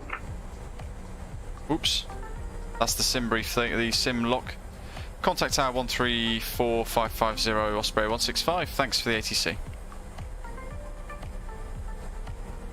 They must be thinking, who is this guy? They need to fix that as well in the sim update, don't they? Well, Jeff, hopefully. Look at the windsock, folks. Brazilian Tower, good afternoon, Osprey 165. Zulu, ready for departure.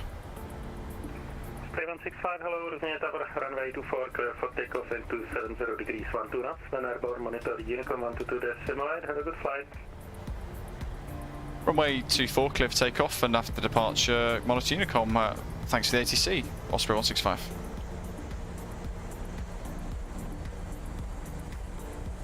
Alrighty-o, lights, signs, strobe steady, traffic, everything else is done. We've done the fuel flow reset rate, and we're going to do a quick ECAM recall.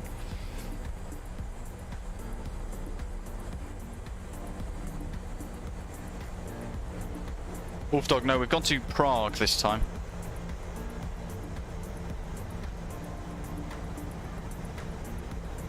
Okay, but let's leave the engines stable at 40% M1 and then we'll just smash Toga. How's that for a sporty... I couldn't have done it any quicker, I don't think. Badger says, even if you uninstall GSX completely from your system, it may leave something behind which could cause crash to desktops. Tried it yesterday flying the 736. Oh man. Toga. We'll leave the music on because we'll just get airborne nice and quick. There's a Ryanair departure right there. 80 knots into the horrible overcast cloud here. Wonderful weather.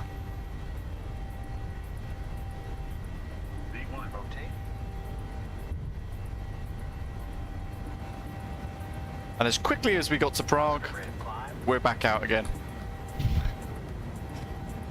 Into the pea soup. I've not been able to say that for a week. Go CMD A engaged. LNAV, VNAV, RNAV, auto thrust. Climbing through 2000 and we're now on Unicom switched. Monitor Unicom, so don't need to worry about shouting up. We go auto brake off, gear is off, no lights, runway turn off lights off. We're going to put wing anti-ice lights on here as well, just see what happens. TA on above 10, that's fine, let's turn it off. And we'll keep it climbing. 3-5. Hopefully we haven't really gone too far beyond what we wanted, where we were supposed to be originally inside the actual routing for today. Flaps go to 0. We're going to watch that retract. I say watch it retract. We'll watch it retract from here. Why not?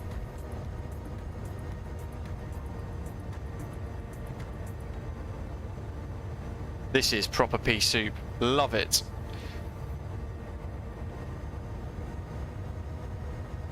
Should probably just go through the checklist quickly to make sure we've not missed anything. That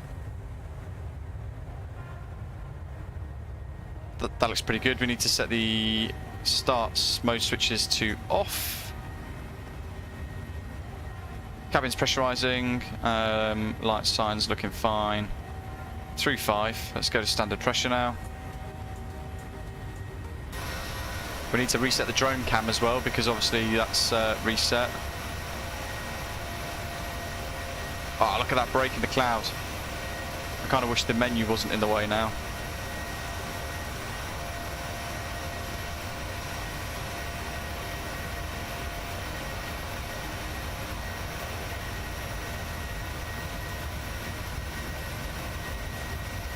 Steep turn.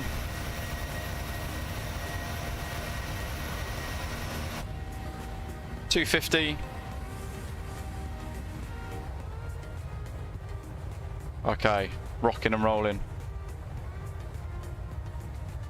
Mark says, no, apparently it's all the people who's bought it's fault that GSX doesn't work. I heard there's a lot of people waiting for approval on the forums to actually get support, but there are 24 hours later or so, not many people have actually been added in, which is a bit of a shame if that is the case.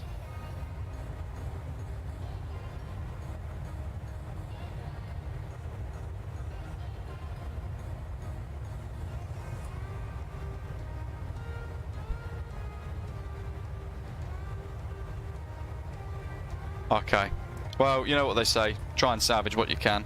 GOSBT, you've got to just restart Valanta. Hopefully, where are we in the connection with this? You know what, actually, I think we're about to nestle into a nice little gap here between... Oh, we've got Lemonades just above us at the moment, flying over Prague. Epic. Now there's a nice gap that we can nestle into here. So that's worked out quite well. We'll add the screenshots that we're taken to the new flight path log.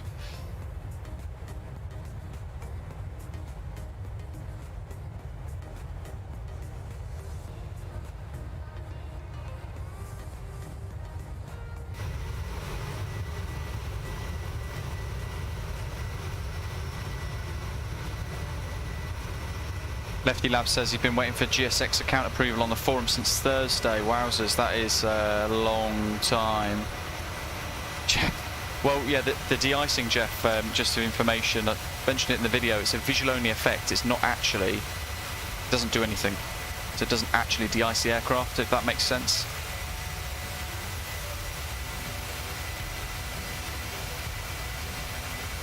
Cocolada's about to soon cross Prague. Epic. New Brick says, I think it's just an issue with the size of GSX. It's been quite glitchy in P3D2 and FSX by all accounts, looking at the forums, interestingly. A lot of blame goes on to, oh, it's the antivirus, oh, it's your firewall. But we've got loads of exception rules and loads of stuff to try and kind of prevent it, but Automator, yes. Bang on. The fact the installer is archaic and is almost as bad as experience as it is trying to install AIG says it all. But actually it makes AIG look quite smooth and effortless. We've blasted through 10, so let's turn the landing lights off here. Everything else is looking good. No, I haven't flown into Albania, I don't think. Alfie says, recently I've been getting a lot of crash to desktops on every flight I've been doing and I don't even have GSX. I wonder if it's to do with the simulator. So I think it depends on what add-ons you might have as well, so keep an eye on it.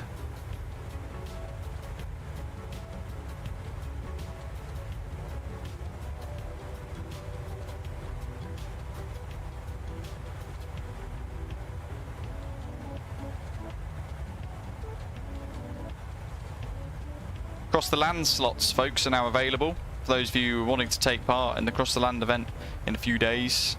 Sorry, in a few weeks.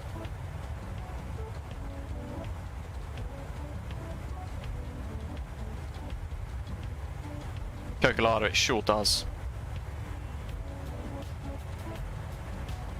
How long did we last before we had a crash desktop? An hour and a half, wasn't it? So, by all intents and purposes, if it's GSX related, we will get another crash to desktop during this stream. We shall see.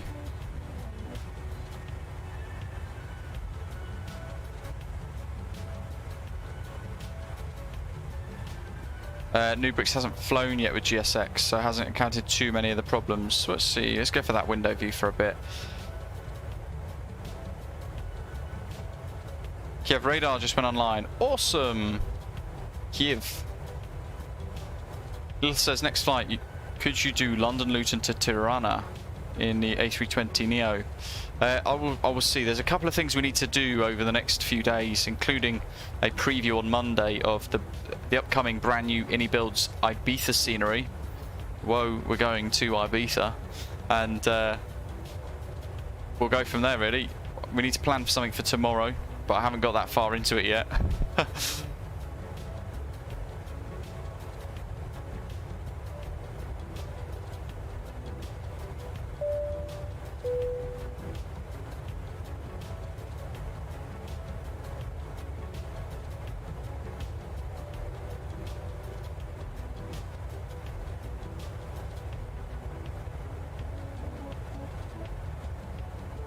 Lviv radar. So Lviv radars on 134050. We'll speak to them later.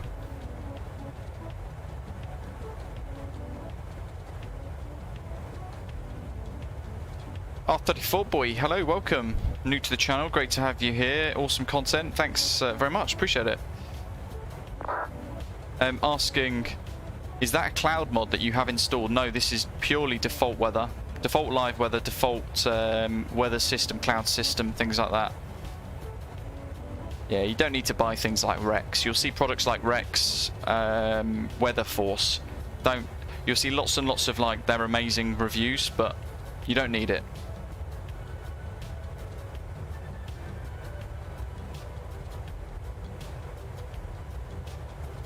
Jeff, awesome.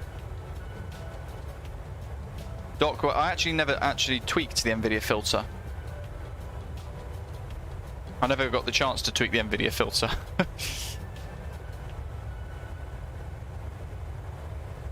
Let's have a quick look at Volanta. We'll see where we've kind of fitted into this medley of traffic. So we were flying this little grey route here out of Luxembourg over Frankfurt in the middle of the screen there, and we crashed to desktop over Kulmbach and near to Beirut. What we've done is we've zipped further ahead,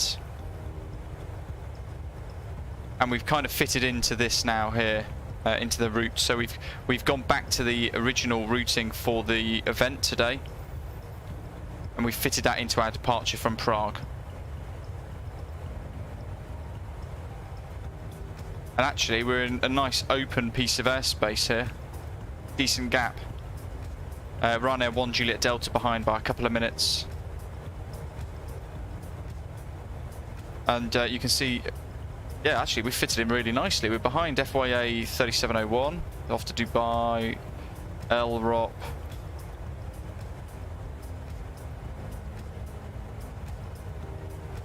Where's everyone else flying to Ukraine?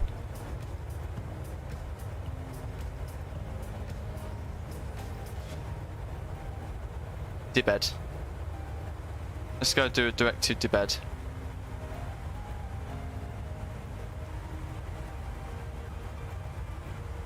Bing.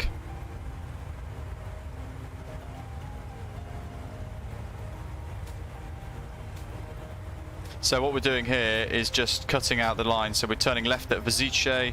We're just going to go straight to Dibed. We're going to try and nestle into this gap just over Prague. along our routing, because the next chap there is Lot 24 Alpha Papa, so we're not too far behind where we left actually. We're probably 10 minutes delayed in total, which is not too bad based on the circumstances, I suppose, unless it happens again.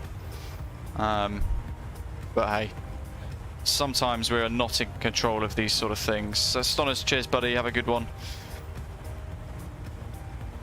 James, will you be emptying the toilets over the Love Island house again? Absolutely. Yeah, I'll leave everything stored overnight in the 7-3. Maybe you'll fly it back to London or something, wherever it's hot, so it can stew overnight. Then we'll empty it. We'll empty the tanks. I suppose you remember that. I forgot about that actually. Gav says Langan radar says lots of ospreys. Fantastic. Scratching his head, thinking, what is osprey? Brian, hello, welcome. Yes, in short, from what we've kind of gathered, yeah, it does seem that way. Rather worrying though, isn't it? FaZe, good afternoon.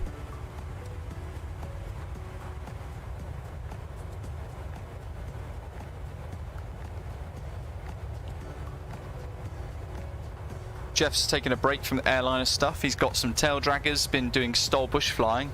That does sound like lots of fun. What region in the world, by out of curiosity?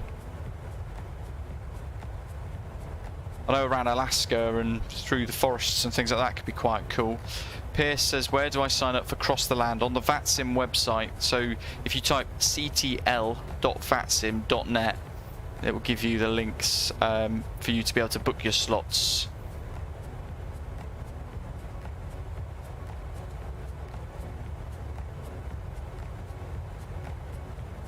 Oh, if we get as far as Kyiv, we will roll the dice again, and we will try and deboard using GSX.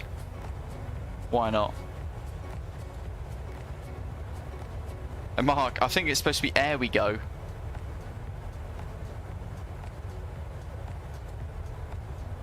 Trying to think off the top of my head now which airline uses that call sign. Air we go. I've had it controlling on VATSIM before. Once or twice.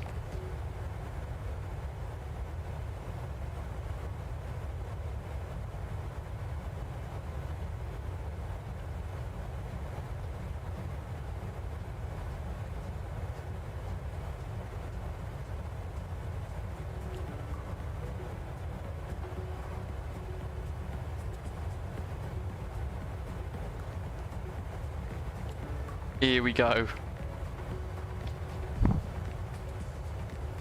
Ah, it is flight sim. I don't mind the fictional routes at times. Jeff's been flying around Lake Tahoe and Reno, Nevada. I do need to do a bit more kind of bush flying-esque type routes. It's when you can really appreciate how good MSFS is with visuals.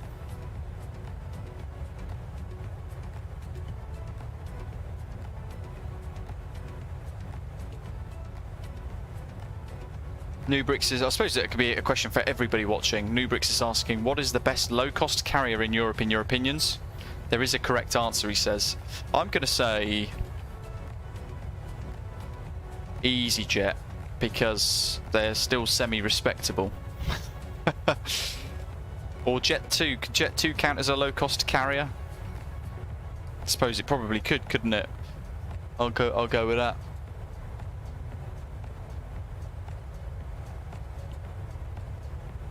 Right, now we're kind of settled in the cruise. I'll be back in a second. Going to top up some water, and I'm going to check on the dog, see how he's doing as well. I'll be back in 30 seconds while we watch the world of Europe below go by.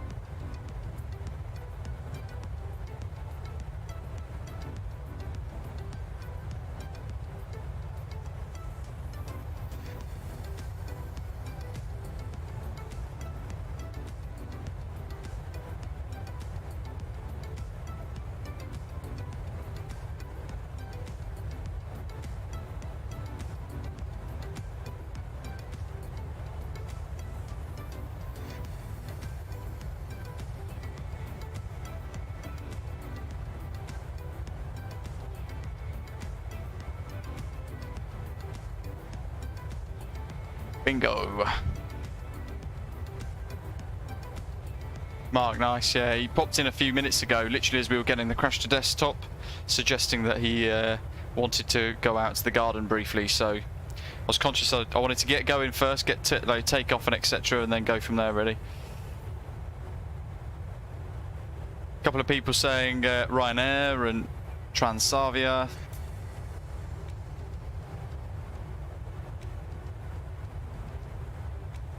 Taiwan. Peru is also amazing for bush flying, Jeff says. You know what, I can quite imagine actually that would be quite spectacular.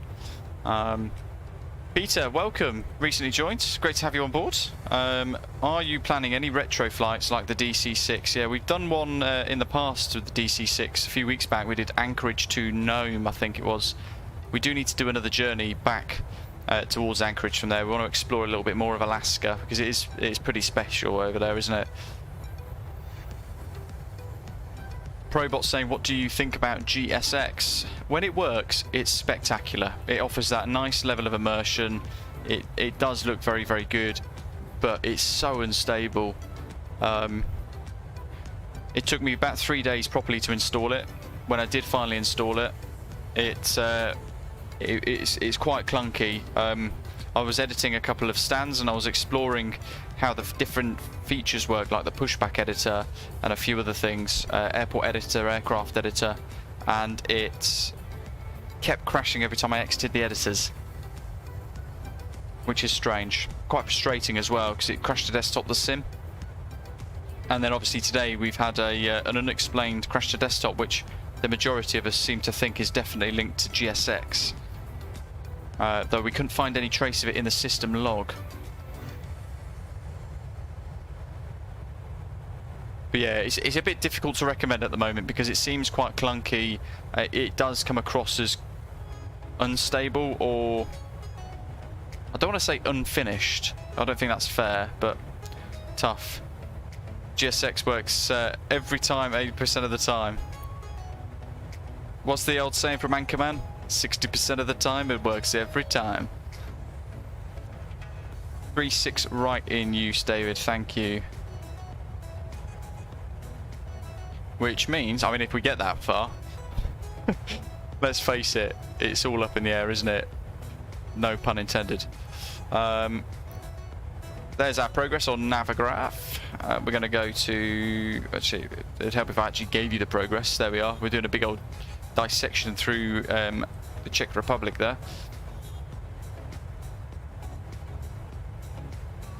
Is it 3-6 right, wasn't it? So approaches. ILS 3-6 right, we'll flick that across. And arrivals, it's going to be one of these ones now. So SLV2 Victor. In fact, it will be SLV2 Victor still.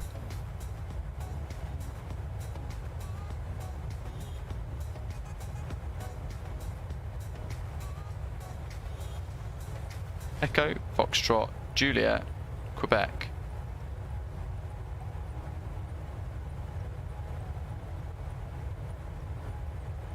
Where is it? Big O. Gotcha. We'll pin that. Approach 3-6 right, ILS. Taxi charts, let's pin those. And the parking stands as well. So we've got all those ready. We'll clear the Prague charts. We don't want those anymore, don't need them.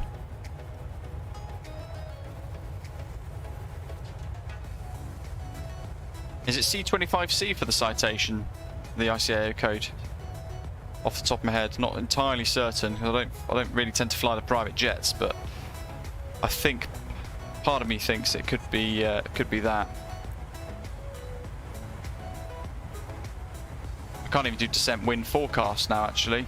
Oh well.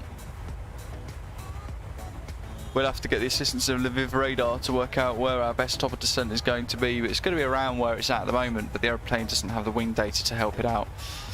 We could add it in, actually. Let's add it in. We'll go for transition level 7000, just as an estimate for now. On our operational flight plan then, Wind information. We will go for flight level 310, 333 at 34.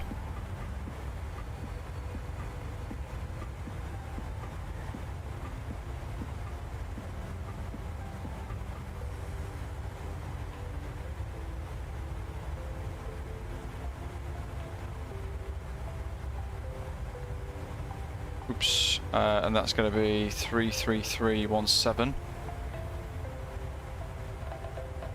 So a crosswind for us effectively there, and then we'll go for 150, 2808.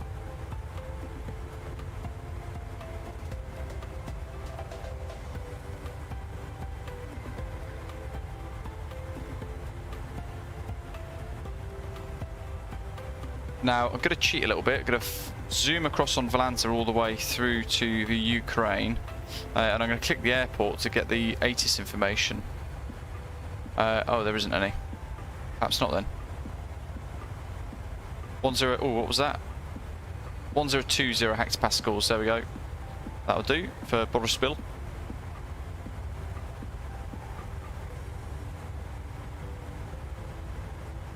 And ISA deviation.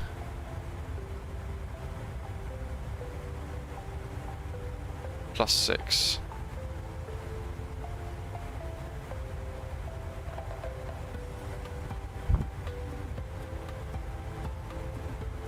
Just giving it a little bit more data to try and help work it out. We want 36 right. SLV. Ooh, Foxtrot or Whiskey.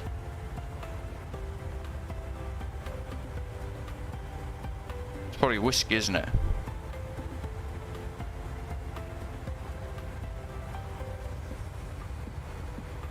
Yeah, 2 Whiskey for 36 right, so SLV2 Whiskey, I'm going to make a note of that, I'll forget. SLV2 Whiskey, 36 right, QNH 1020, transition via Runnels. Add that in, we'll check the discontinuities. Runnels, beautiful, awesome stuff. We can add a fixed ring, we could do runway 36 right.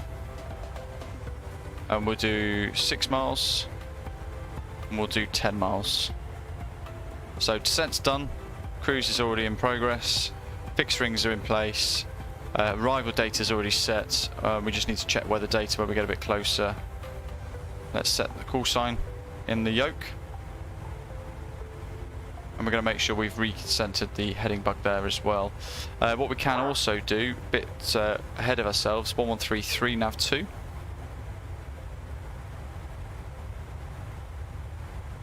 1133. That's the Solovivka VOR. And then for the ILS 1097, we'll put that in the standby box. Oh, this is rather hopeful, wishful thinking, is it? 1159 for Borospil's VOR, and 1097 again for the ILS. That's done, that's done. We can set an ADF, which is 31... Ooh, actually. Let's set the inner marker 640. Pop that in the active. And the runway course 356. So not much scrolling in this instance. VNAV, auto throttle's looking good, speed, fuel's looking good as well. We've done a shortcut too. Let's get back to the live chat.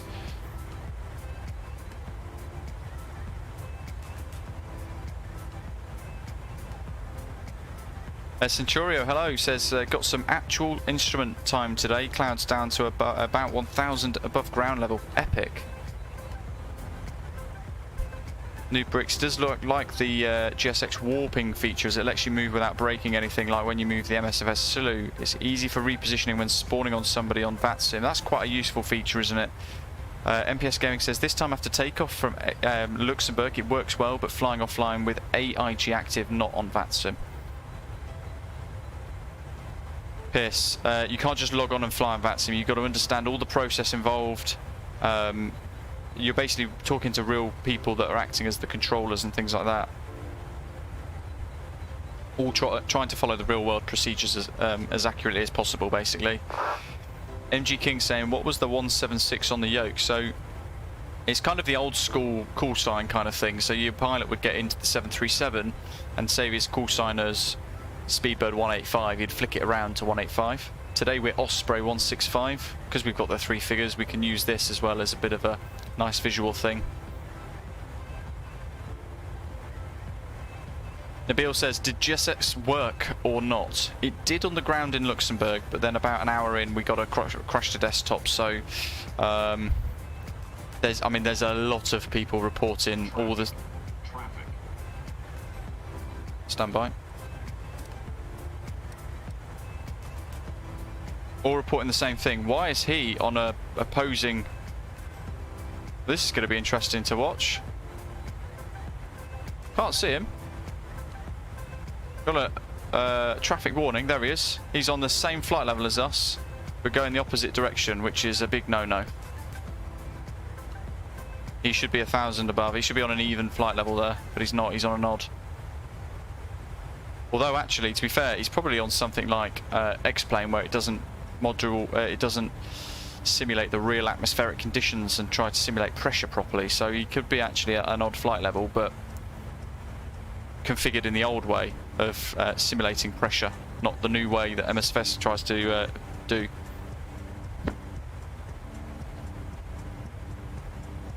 Nabil, well, there's been about 3 or 4 people so far today say that they have been requesting refunds via their PayPal purchase and things like that. So there's a lot of disgruntled people with GSX, it has to be said. I'm not sure why it's been released in this state. The way it installs seems very archaic. It seems very FS 2002 FSX kind of life generation of installer. I mean, it took me 3 days with lots of issues with, I was fighting the firewall, I was fighting the antivirus, and even with those deactivated entirely, I was still having problems.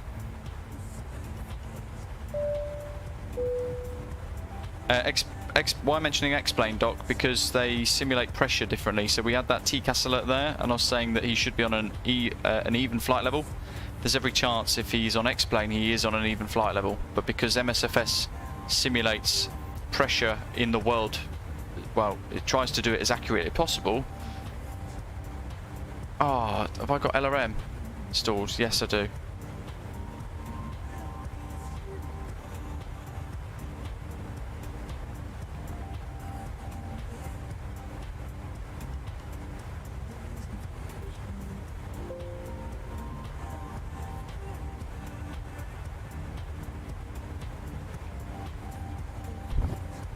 You reminded me, LRM.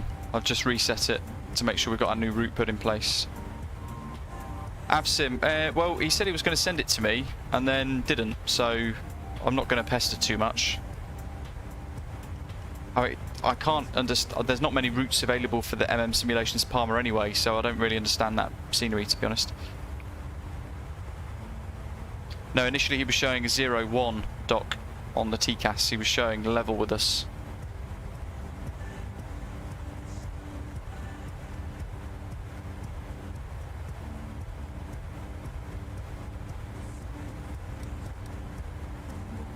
If he was 1,000 below, he wouldn't have triggered a TCAS warning, I don't think. Otherwise, you imagine in real life, flying in real life, all your pilot's going to hear throughout the entire journey is traffic, traffic, traffic, traffic. All these congested airways around Europe, over Zurich, for example.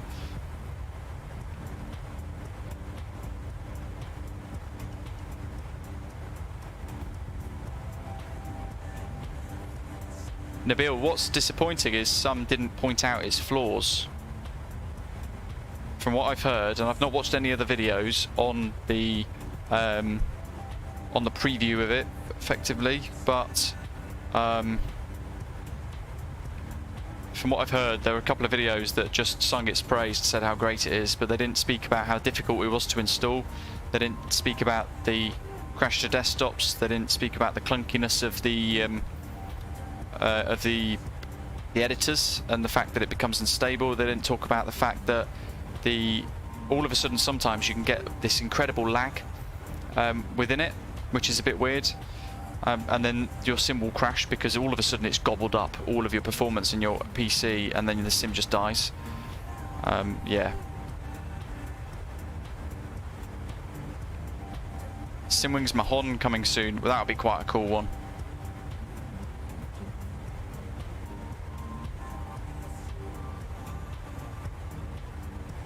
I mean, part of me, I know my preview video was 30 minutes long and it included a pushback tutorial because I know people will buy it anyway because they want something as immersive as GSX. They want it to work. Part of me wishes perhaps I'd done a very short video instead of a 30-minute one, just pointing out the pros and cons. But what's done is done. It's still, like I said, when it works, it's very nice. It's very immersive. It offers this extra level of complexity and depth to the sim, which is really welcome. But if it causes crash to desktops on every single flight, it is not usable. It is not ready.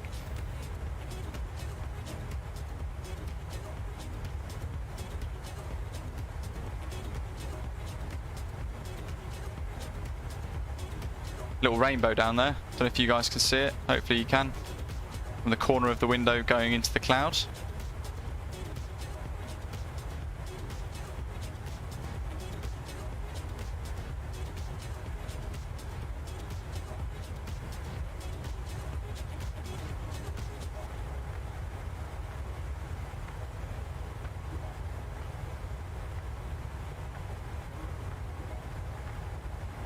Yeah, I've not seen them, to be honest, Jack.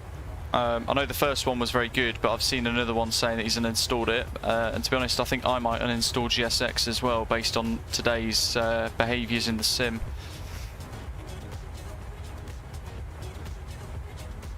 Which is interesting. Oh, actually, awesome. So I'd like to think he'd be descending then. I mean, ultimately, we weren't in conflict with one another anyway. It's always nice to see a bit of traffic buzzing past quite closely as well. Makes it quite exciting.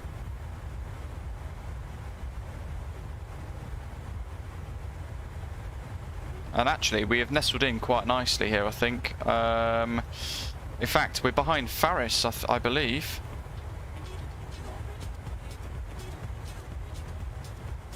Oh, Faris has done orbits. Now he's in conflict with Ryanair 1 Juliet Delta. Whoops. I probably wouldn't have done that. What I might do, I'm conscious we've got a couple of folk behind. I'm going to go speed intervention mode. I'm going to go to Mach 80 for a little while. Try and help increase the gap. Because I can see on Volanta there's a decent little... basically, gap of traffic.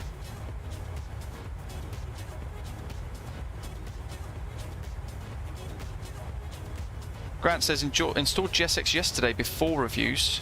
2 flights and no crash to desktop share. Interesting.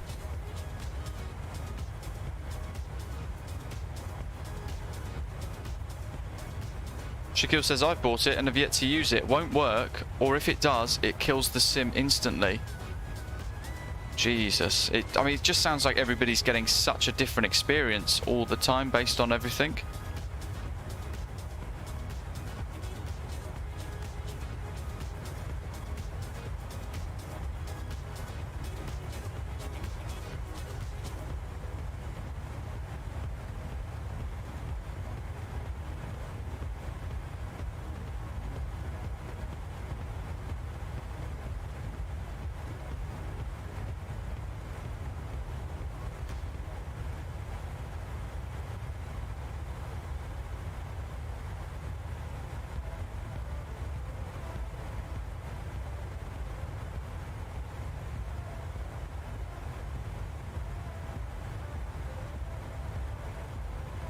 Flights to UK says, all FS Stream team needed to do is say this is early access and we need help to find bugs and fix bugs at a nice $19.99 early access price. Yeah, could you imagine them doing that though?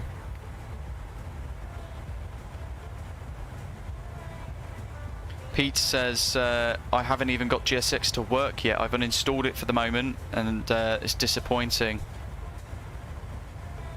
That's, yeah, that's sad to hear. It offers so much promise, doesn't it? Because it gives us all of this extra immersion. We get the ability to, I mean, when we were pre-configuring the FMC in Luxembourg for the flight, and we had the noise in the background of boarding, crew chatting to passengers, people clambering onto the aircraft to take the seats, and all that sort of thing. That is nice. That's immersive. It's deep for the sim. That's pretty cool. But I think the issues lie with the way that the installer works, the way that it works with the sim. It just seems very archaic. But yeah, for those of you who use Latin VFR, you might as well just reinstall your AREX stuff. Yeah, it's a bit of a shame.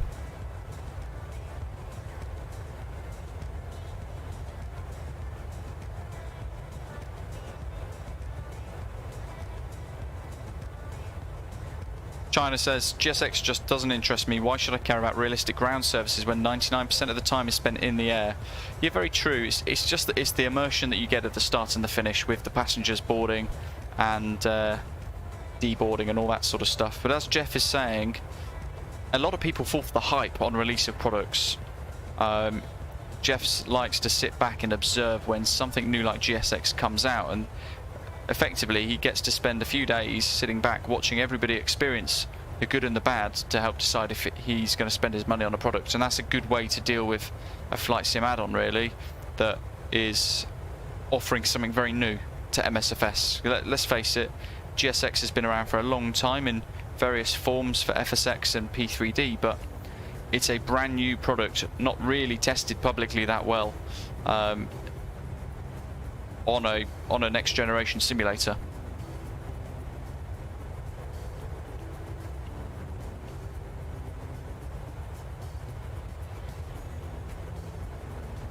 Oh, Brian, I'd probably wait for the 4000 unless you've still got a PC that works. If your PC's a bit balked, then I'd probably get the 3000 stuff.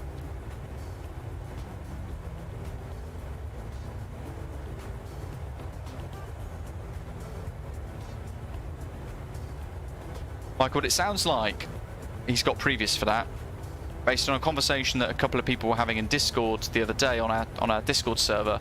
It sounds like there is a lot of dismissive stuff historically as well, passing the book, going, oh, it's your firewall, oh, it's your antivirus, oh, it's not the installer's fault, you just need to uninstall it and reinstall it again, and that sort of thing.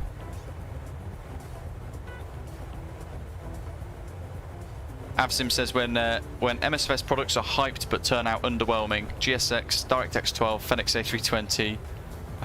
Oh dear. The Fenix is good. I think it just needs tweaks, improvements. It needs performance fixes. It needs to have much better performance. Pilot Tech says, what would you rate GSX out of 5 stars?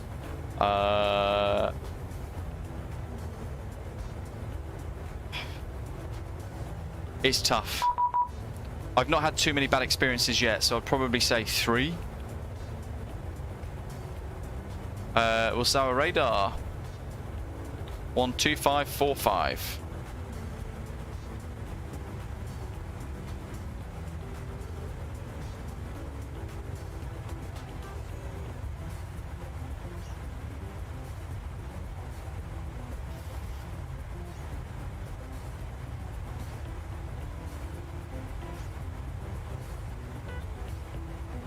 Warsaw radar, Dzień dobry, Osprey 165, flight level 350, inbound DBED.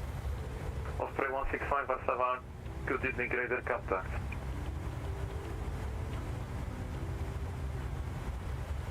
Alison says, if planning to buy the 3000 series, wait for the official announcement of the 4000 for max discounts. That's a really good point, actually. Great point. 732 inbound to Bangkok, flight level 380. 3732 leading via space Unica. Confirm that was for with the 332? Affirmative. Robbie's, I mean, that's a good comparison. It's an interesting comparison as well, actually. He's saying it's the same price as the PMDG 737-600.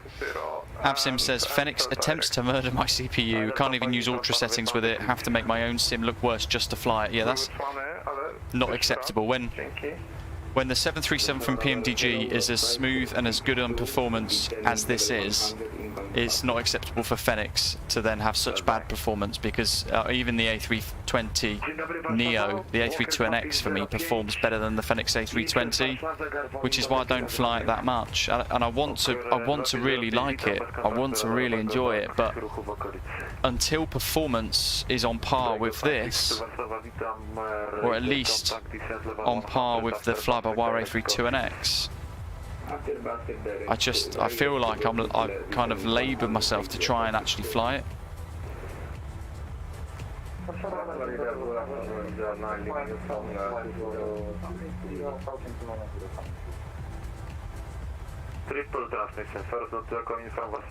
James says, all of my MSFS performance and crash problems went away after I reinstalled outside of the default Windows user directory, but then I don't have GSX. Interesting. Neil would rate GSX 5 refunds out of a possible 5 refunds. Oh dear. You know what, Neil, keep me updated. It's going to be interesting to find out if they actually honour a refund or not, to be honest. You are identified, climb flight level 320. Liner Papa Uniform Flight 1, send. Negative.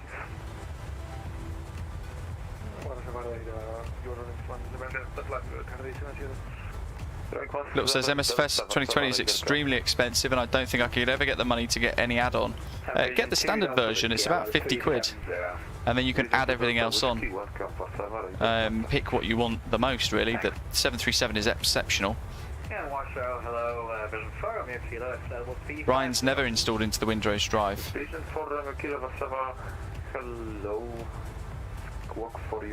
Jeff fortunately has a beast of a computer, but has a marginal hit on performance with the Fenix. I mean, the fact you've got a beast of a computer, yet you've seen a marginal hit on performance with the Fenix A320 says it all. Neil, true, very true. Ultimately, it's interesting, isn't it? Will people go to the extent, if they refuse a refund, will people go to the extent of contacting their card provider and getting it force refunded? Because if you've unlinked your license and therefore clicked on install, you can say to them, look, I've proved I've installed this product, I want a refund because it doesn't work properly. Mark, yeah, on vPilot you'll get like a new text box thing pop up, and you click it and it says that please contact me. Lviv 134050.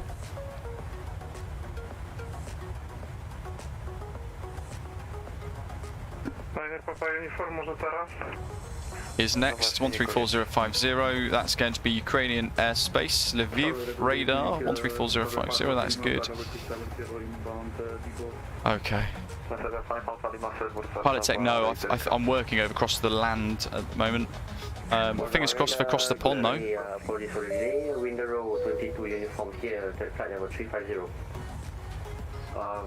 Michael, yeah, it does. But yeah, it's a tough one. Gav, thank you, buddy.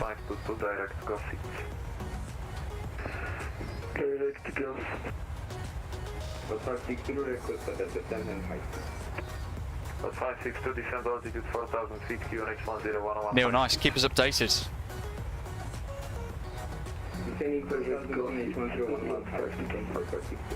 Go back to Salary River. Oh dear.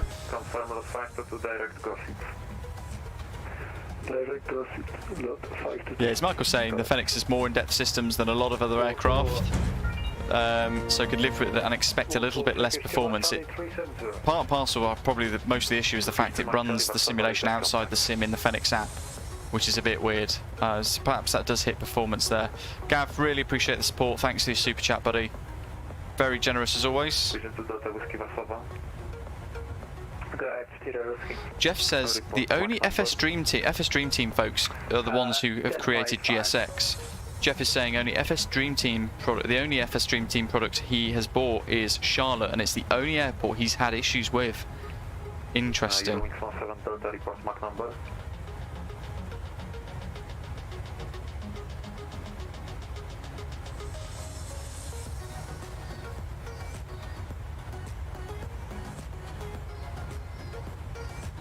Eurowings 17 Delta Warszawa.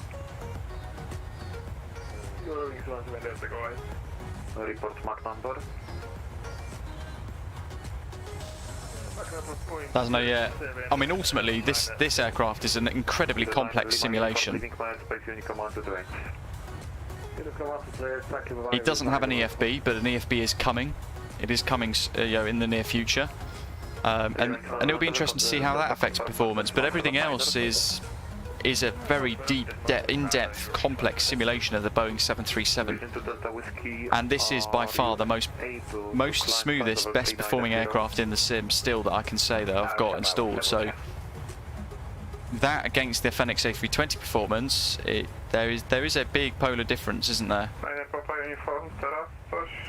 As Michael's saying, 15 to 20 frames per second less with the best current available gaming CPU and the third best GPU for the Fenix is a joke in his opinion.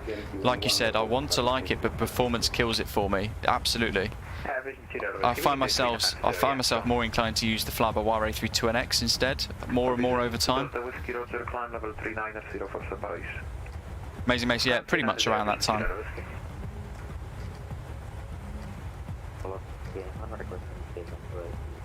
Leo, enjoy a dog walk. Give him a little fuss for us.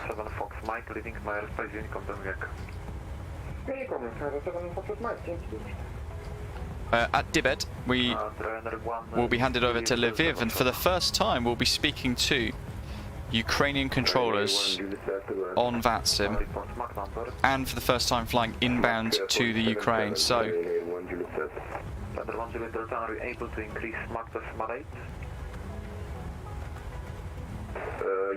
that is the Ukraine. 146 is fantastic, Graham, yeah. Matt Zob, can you do a full tutorial to install GSX? You literally download the FS Dream Team installer, you put your license in, you click install, and that's it. It should do it all automatically. But you're saying that you bought it and she doesn't run, so that's going to be firewall related issues or antivirus related issues effectively. But it's difficult to do a tutorial on it because it could be anything. It could be anything. If you spoke to GSX or FS Dream Team, sorry, to ask for support, they would tell you it's your antivirus or your firewall that's blocking it, basically.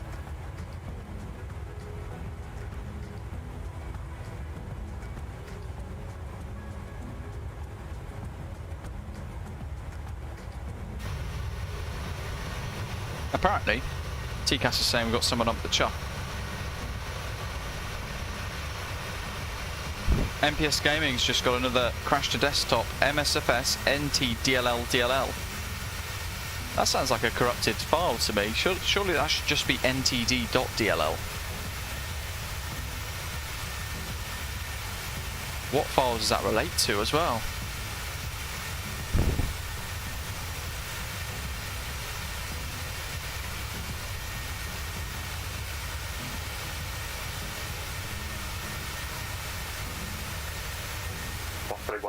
Contact Lviv Radar 134.050. Contact Lviv Radar 134.050. Thanks for the ATC. G'day. Ciao. Hello. Bingo. Slava Ukraini. Lviv Radar, good afternoon. Osprey 165, flight level 350, overhead Dibed. Osprey 165, radar, hello, identified. Dibed 286, contact 135.15. Contact Kyiv radar 135.15. Have a good day. Revert to Cargox 848, contact Kyiv radar 135.15. So here's an interesting thing, those of you not really following the conflict at the moment. I've always known Kyiv as Kiev. It turns out that's actually a Russian connotation of the city, so we don't call it Kiev anymore. We call it Kyiv because that's the Ukrainian way of saying it. David says, nope, that's a core Windows DLL. Interesting. Amazing Mace, hello. Says, really enjoying your streams. Best Saturday entertainment. Great to hear, buddy. Thank you very much. Glad you think so. Glad you're here. One more custom view to add there.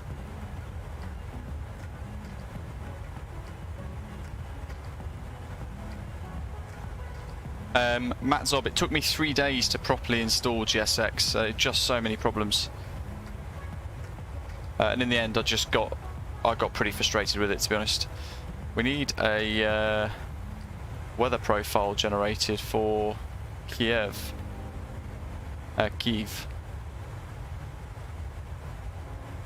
Meta UK BB.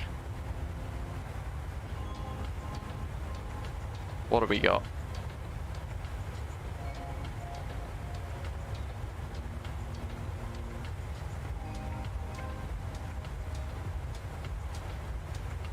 Its nearest is Gomel Airport, it says.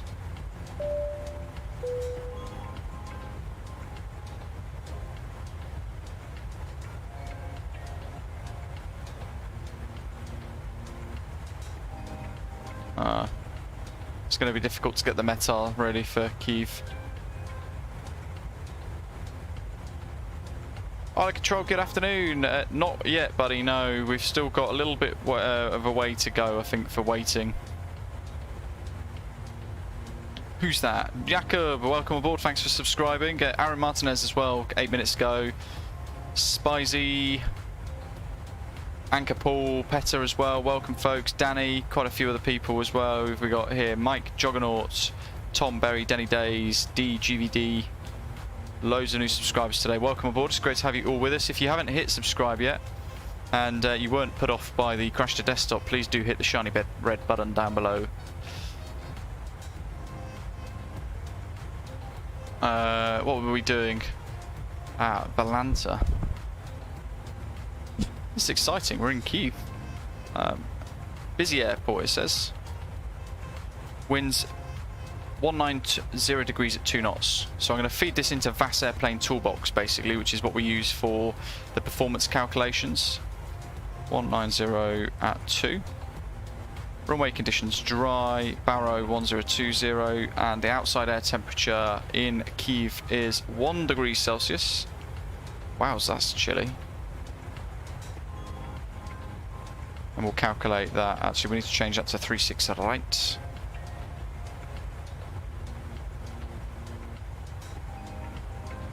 It's actually suggesting flap 40 approach, but with a massive amount of runway left. So we'll go flap 30.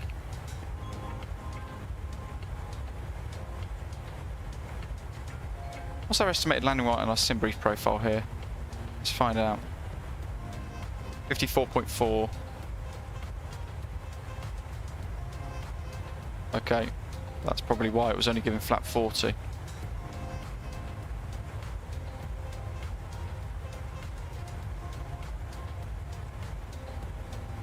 Yeah, there is absolutely no reason why we cannot do flap 30, so hey ho, we will do flap 30. Amazing Mace says, I've just clicked install in the FS Dream Team installer and let it do its thing. After downloading the program, it will download the textures and pushback trucks, etc. Yeah, it's a very backwards way of installing though. Can't wait for the 737-800. It's going to be epic. It's going to be so good. Really excited for that. Pilot Tech, yeah, Sim Update 10 is delayed 2 weeks. DLSS issues, major performance problems apparently, which doesn't, at least they pulled this one. 1 knot tailwind, dock, yeah. Oh, I mean, that's a good point actually. Perhaps the last METAR was in February. Ashley, have you got another way of getting an up-to-date METAR then? Be interested to see what the METAR will be in MSFS as well, actually, won't it? When we're flying in on live weather. What's it going to give us? with radar. Good afternoon, Ryanair 1 Juliet Delta, inbound DBED, flight level 390. Okay, that's the Ryanair chat. 1 Juliet Delta. Yeah, at least they hit the delay button for Sim Update 10. If it's that broken, or if there are that many concerns about performance, we don't want it, do we? That's at the end of the day. DirectX 12 issues. So I think where Pilot Tech said it's been delayed 2 weeks due to DLSS issues, so I think perhaps then by the sounds of it he meant DX12. Amazing Mace, it's bang on. Really, really good. Ashley, fair enough, that will do. I mean, as long as I've got the QNH, I don't really mind about the wind. The QNH is the big one really for us.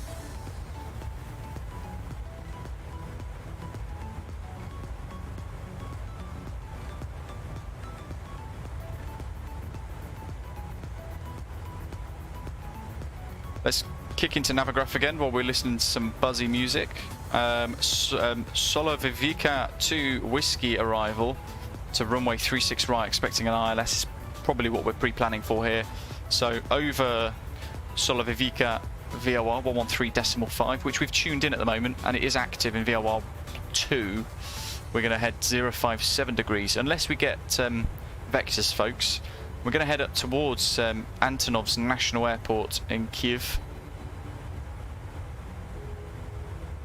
Bravo Bravo Whiskey 01, 9,030 feet, so around about 9,000 feet. We're going to be turning then easterly 102 degrees, continuing our descent to BB672, around 6,100 feet at that point, before then heading 162 degrees to head southbound away from Borispil Airport, which is at the centre of the chart there, on this extended downwind leg. And at any point here we could be vectored down to have a bit of a shortcut. So for example, Bravo Bravo 664, the air traffic controller might say, you know what, turn left heading 090 degrees, and then nearer to BB638 it will give us a 30-degree intercept towards BB636, something like that perhaps. So BB636 into Runos at about 3,000 feet for the initial approach, fixed to ILS runway 36 right.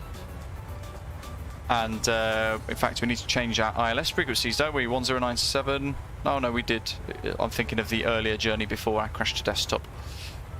So we've got the ILS frequency 1097 tuned into nav 1 and 2 with the course of 356 set to nav 1 and 2's courses. We need to set our minimums, which is, I'll set the highest one here. I'll do Cat 1 ILS. I'll probably hand fly the whole thing from 1,000 foot again. I like to do that. So 632 feet for the minimums, which will go into the bottom of the PFD for those of you not familiar with the 737.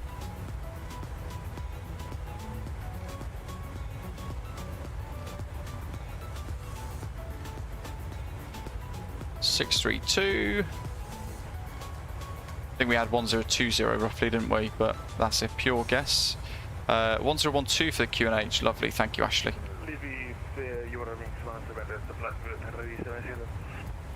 So 1012. Current wind roughly northeasterly at 4. So I'm going to go for 050 at 4 knots. That'll do. Headwind at 3. It's allowing flat 30 now, without the tailwind component. David had a go around, did not capture the localizer. Interesting. Are you using Pyreek Defco's scenery by any chance? Come fly with me, correct. 1012. Alrighty, so we've got our weather data. We can, I mean, we're a bit early for setting auto brake and things, but we'll probably do auto brake too. If we continue back onto Navigraph, what I'd like to do is not only just stop here at the approach brief, we obviously need to consider the missed approach as well, but we need to consider where we're going to vacate. The terminal is down the very bottom on the left hand side, so 36 right, we can actually vacate Alpha 3, or even better, Alpha 2. So we could just do auto brake. So the tunnel from Vision 2 Delta Whiskey Heavy 4,000 meters. We could probably do auto brake 1 off at Alpha 2 with reverse idle, but we don't want to be on the runway for too long. So what we might end up doing is auto brake 2, reverse idle, and then maybe vacate around Alpha 3 with the assistance of some reverse at the end, or something like that.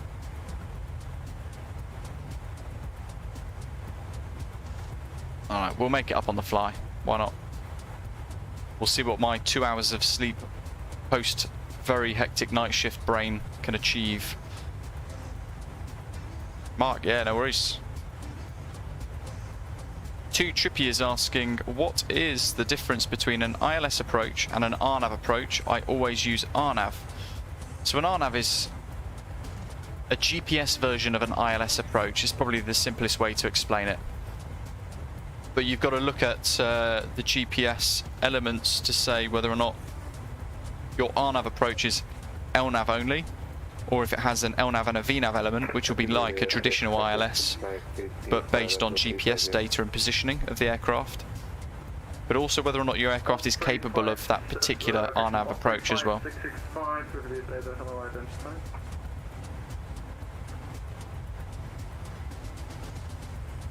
Doc says, what's nice flying the Boeing is that you only need the QNH information and the plane doesn't ask about temperature and winds. Yeah. Young Aviator, hello, welcome. Yeah, Doc, I don't think the weather station's been working since about February, unfortunately. February, March, April.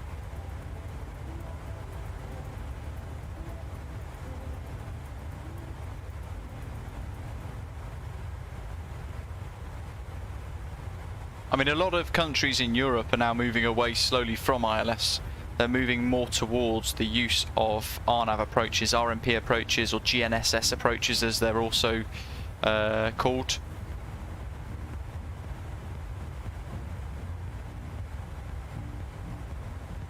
I mean, the beauty of the RNAV approach is you don't have to faff around fiddling with tuning all the frequencies and the courses and everything else, but you've got to make sure your nav data is really accurate, and you've got to make sure your GPS lock fix is really, really accurate as well, which is those figures down there. So RMP, you've got to be 2, actual is 0.06 for the position. So as long as it's below that, so as long as the figure on the right is below the figure on the left, you're sweet. Probably the simplest way I can explain it.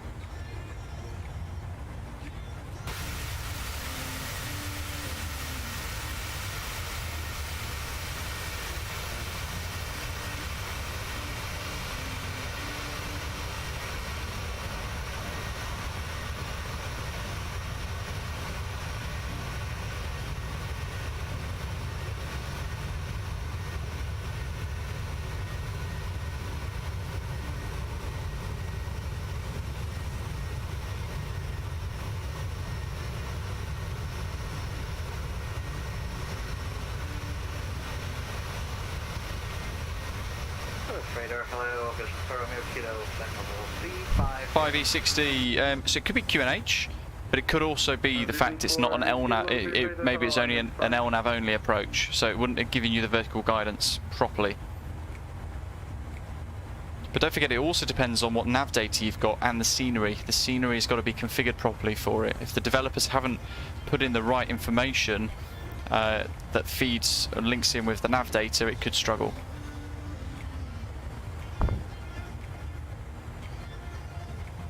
.426, that's 640 is active. 1097 is in both, where they're the ILS frequencies. 1133 is SLV. 1159 is Borisov's VOR. And we've added the fixed rings in as well, which are those little green icons in the distance. I think we're pretty much there.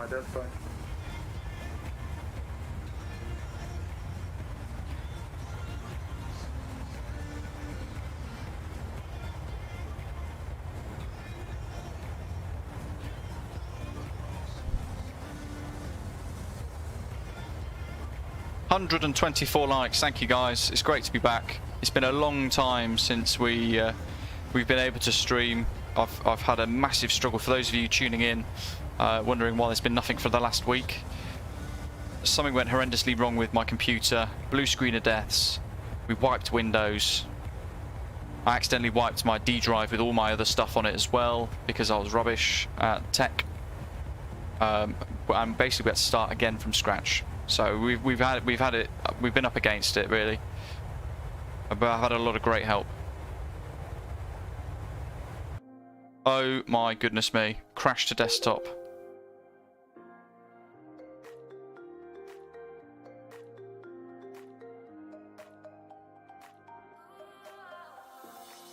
Right, so that wasn't Fly Live because Fly Live was still running and it's gone in the background. Oh. Internal metadata CLR.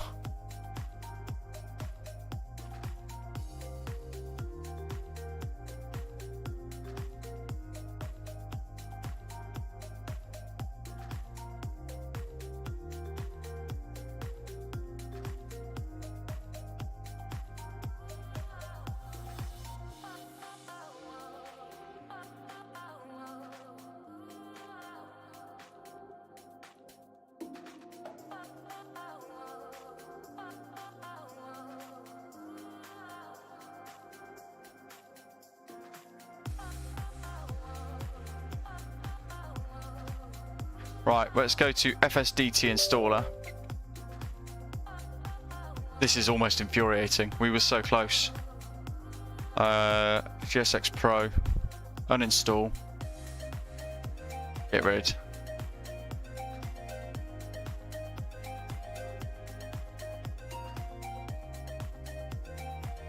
The thing is, it doesn't get rid of it.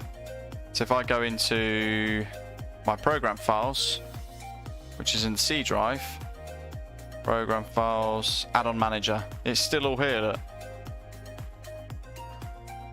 You have to literally go, boom, smash the delete button, get out of here.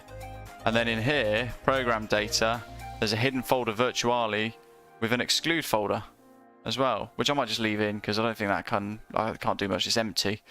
But then you've got to go into your MSFS folder, local cache, scenery cache, oh no, sorry, packages, community, what is it called? FSDT. Yeah, you got to make sure it's basically removed from in here.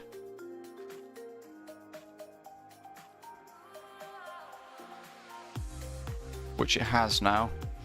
All good, so let's boot the sim again.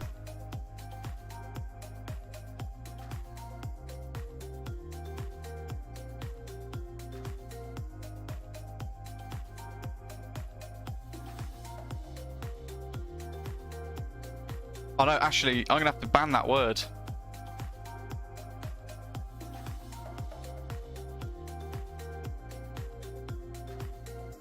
Very not stonks, VATSIM.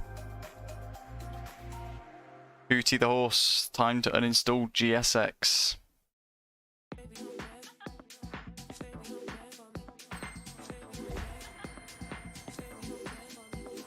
VATSIM UK says, gotta go. Oh, what's this? App data. I'm not very tacky, so app data percentage. Oh god, virtually backslash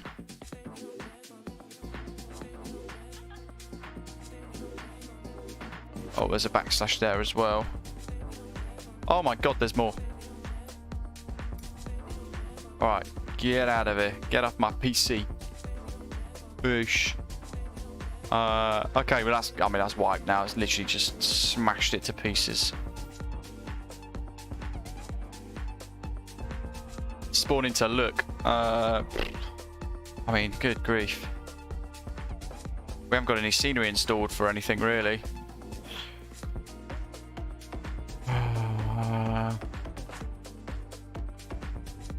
God, we're going to be right into the mess of this, aren't we?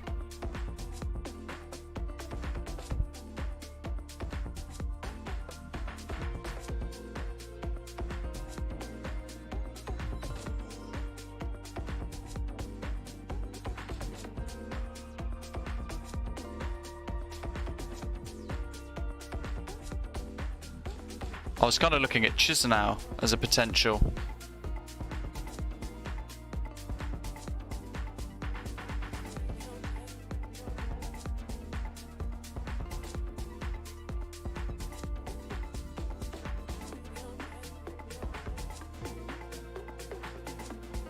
But Lviv's on the route, to be fair, isn't it? We could just do, I don't know, a flight plan Lviv.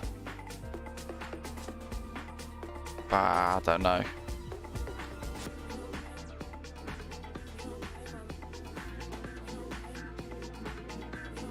It's frustrating. I'm kind of tempted to just spawn into Kyiv at this point and just watch aircraft land and get vectored in.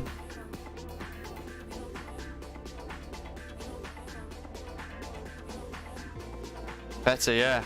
Another crash to desktop.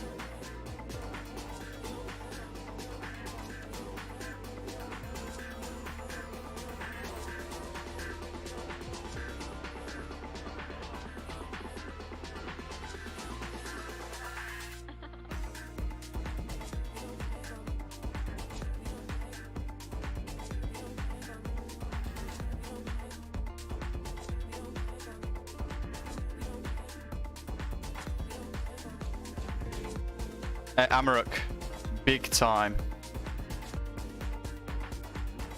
Big time. So frustrating. I've never experienced anything like it.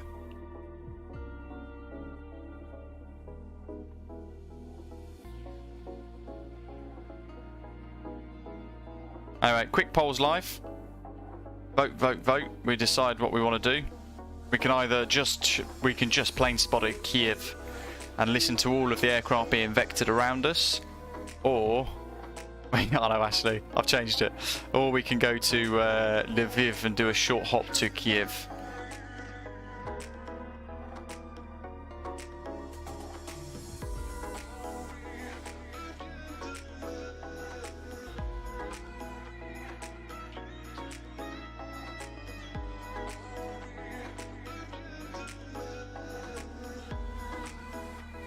HGF, yep, we've now uninstalled GSX. Completely removed it from the system. Oh, it just something I really didn't want to do. I just really didn't want to do. Because I want it to work well. I want to like it.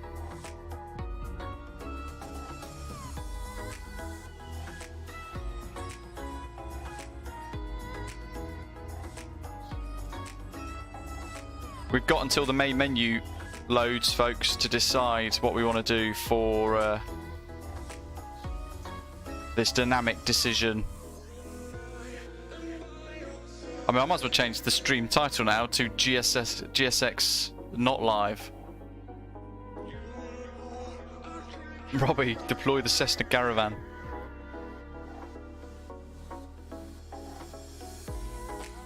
It's quite a close poll. Almost 50 votes, and it's 60-40 on the percentage.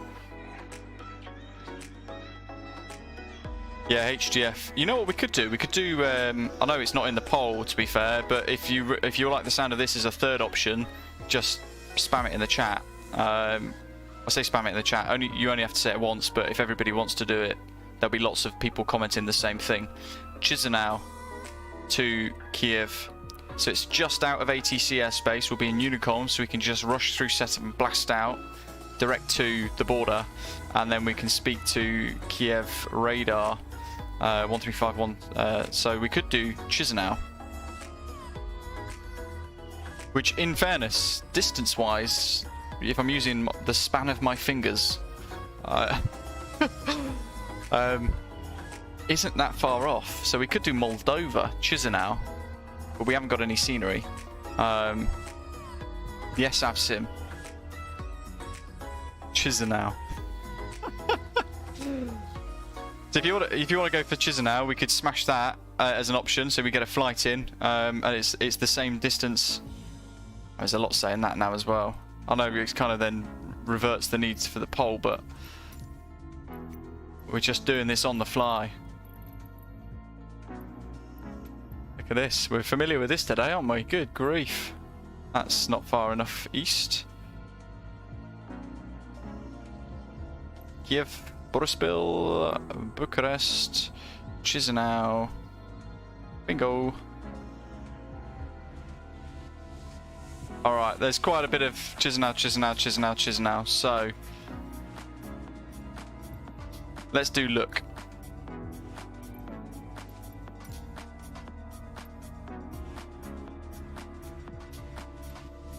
Who's got the METAR for Chisinau? Has anybody got it?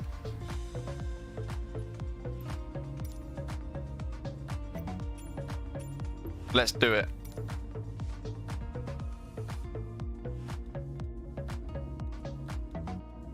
Oh god, I need sim brief now as well. Oh, Yekshimesh. BVX 165. Look to UKBB. I tell you what, we are persevering with this today. We deserve medals, us flight simmers, for dealing with this stuff. 08 36 right, apparently. Volvo departure, fantastic. I like this already. And then looks like we're doing this Sulum 4 whiskey arrival as well. So generate flight. Let's smash that in there. Ready to fly. Get on VATSIM. Boom. Let's do this.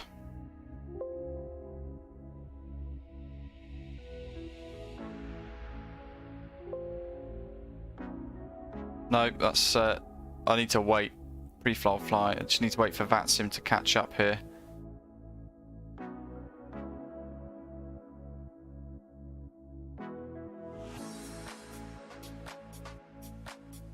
Alright, we can't pre-file just yet, that's fine. Let's just get in.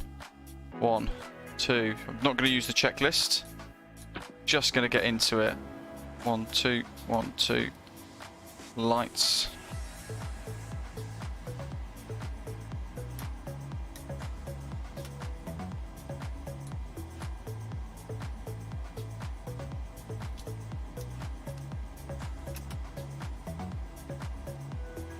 What's it giving us for cruise? 35,000 feet. Really? What's the predicted flight time? 52 minutes. Oh, I know why, because I've been a doofus. Oh no, it is automatic. Alright, we'll do 35 again. No, you know what? We'll do 31,000.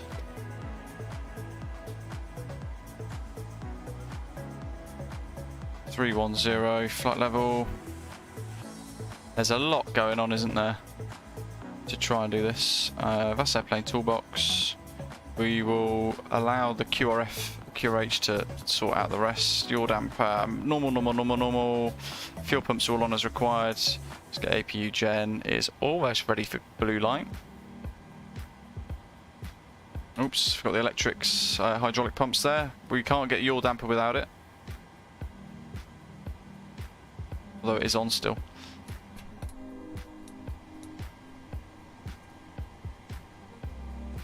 Landing performance, landing altitude in Kyiv is 450, so we make sure that's set. We can pop that onto bleed, pop those off. Window heat's on.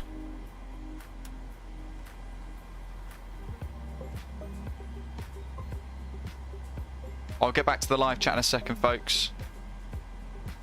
Do bear with me. Enter IRS position. So FMC, POS init 1, 2, LUKK. Don't know what route we're on, or gate we're on, but we shan't worry about that. LUK, oops. So UKBB. BVX 165. And then the routing for today. So we're going to go Volvo.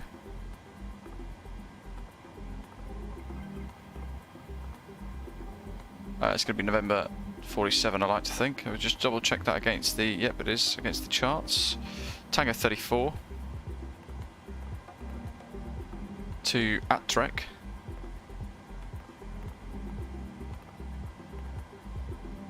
November 180. I wonder if I needed to restart my PC really to secure the sim from GSX. Sulum, and that's it. Activate, exec, init ref. We need to do the load, so fuel 6346. Payload 126. More passengers this time. Epic. 52.5.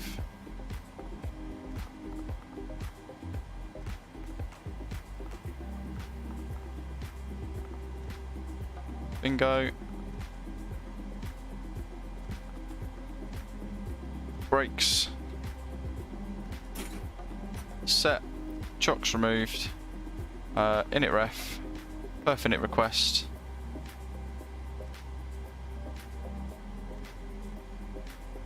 We'll do a toga departure as well. Let's use every ounce of power. Yeah, I should restart after I crash the desktop 5E, but it will obviously absolutely kill the stream, so we will persevere. Cost index of 30. It's given us a max able of flight level 270 here. We'll do 310, we'll see what it gives us.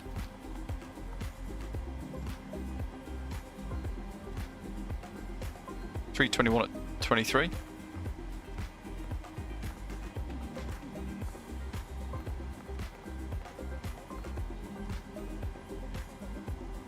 M1 limit.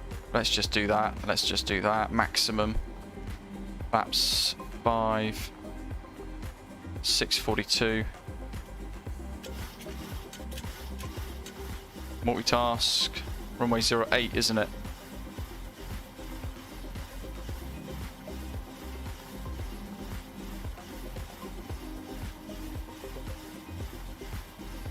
What's this? Over 2 kilo.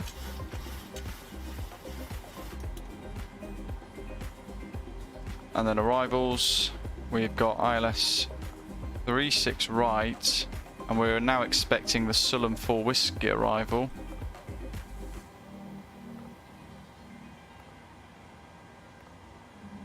No idea what it looks like. Check for discontinuities. Cool. Bix, runway 36 right. 6. 10. Climb, cruise, descent, forecast, 1012 wasn't it for the QNH?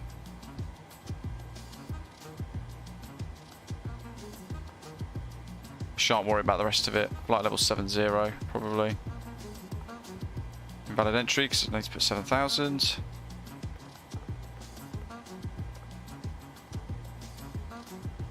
Dun dun dun. Wow, this music's quite apt, isn't it?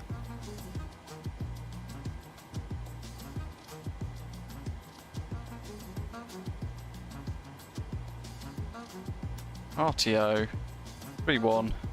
Need to refresh Navigraph now again because we need all the new charts. I want to see what we're doing here at Chisinau as well before we do anything crazy. Park stands, that'll do. Sorry, no, airport information is the one we want. 08. Oh my good grief. What is the METAR look at the moment?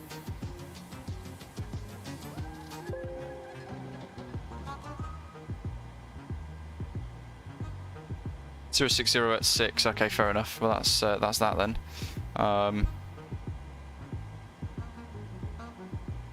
MAC numbers. 1, 2, 3, 134, 144. Light directors, 1 and 2. And anti-collision lights on. Let's clear the master caution. Pumps are all on. Electrics are on. Yaw damper's good. That's all on. That's good. Packs are off. That's on auto.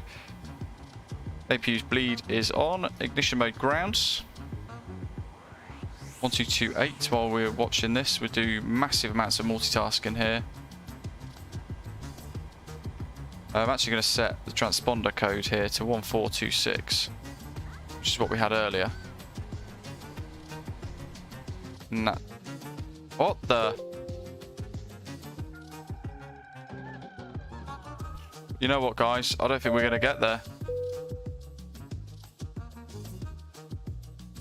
Now, what was the cause that time? Where's the Windows thing?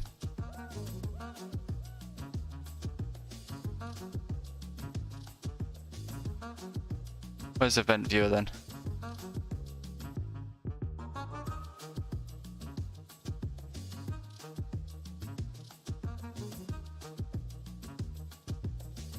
15. It's not logged anything there.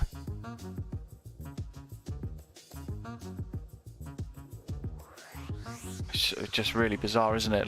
We're gonna have to do plane spotting, I think.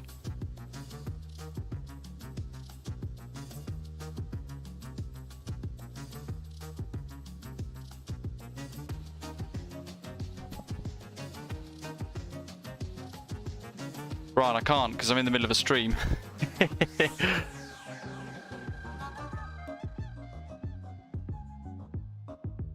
I mean, you guys have seen how exceptional the load screen is on Microsoft Flight Simulator today. Every cloud. We'll go to Kyiv. We'll have a look at Pyre Devco's Kyiv scenery, and we'll do some plane spotting because at the moment on Volanta, we've not done well today, have we?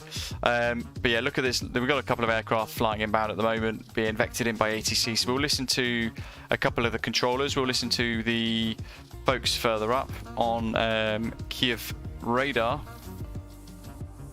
And then we'll listen to Kyiv approach as well. So frustrating. I'm really looking forward to flying into Kyiv today. Just infuriating when stuff like this happens. I mean, effectively, we're going to have to restart the computer completely to clear out any gump from GSX anyway. Things like the content XML and things like that as well might need clearing. In fact, that's a good point. Oops. Where is it? Yeah, contact XML, the XE as well. It's actually removed itself from the executable, so that's a good thing.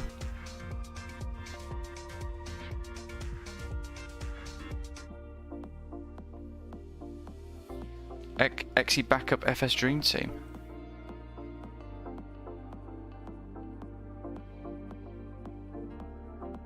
Why is that a backup?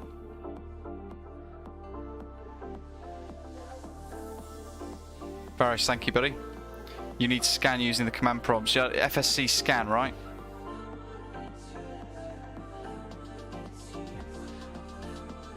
Which is this, folks, actually. I mean, we could do it while we're on the stream, to be fair. Let's face it. We could do SFC scan. Is it scan? And then it's scan now. Or no, sorry, SFC scan now. There we go. So if you get big problems with the sim, you could run that, which is an SFC scan file on your command prompt. So that's something else you could do. All I want is MSFS to work. Should be the lyrics of this song.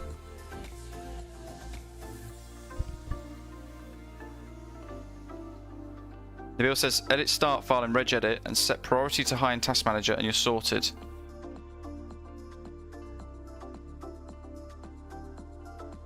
Oh, what's this backup as well? 15th.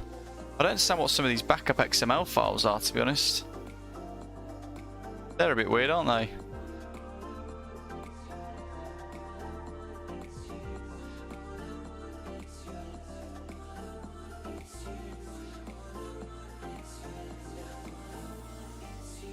Right, so Ashley, I could, in theory, literally delete these, couldn't I? Both of those.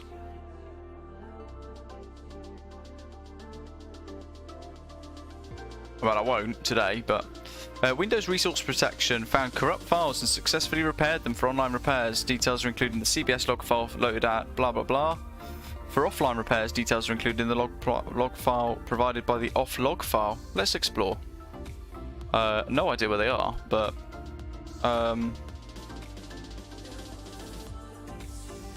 reckon I can't drag that, can I? So we'll follow the file path there. C Windows logs CBS log. So we could do open with notepad 1652 Sorry, that's the 14th. Ignore me. Gotta go to the bottom of the log. It's going to be some Windows Shell 32 is owned twice, has had its security set by original owner. I don't think that means very much, does it? Warning, overlap directory. Again, that's overlap. It's owned twice. Not sure what that means.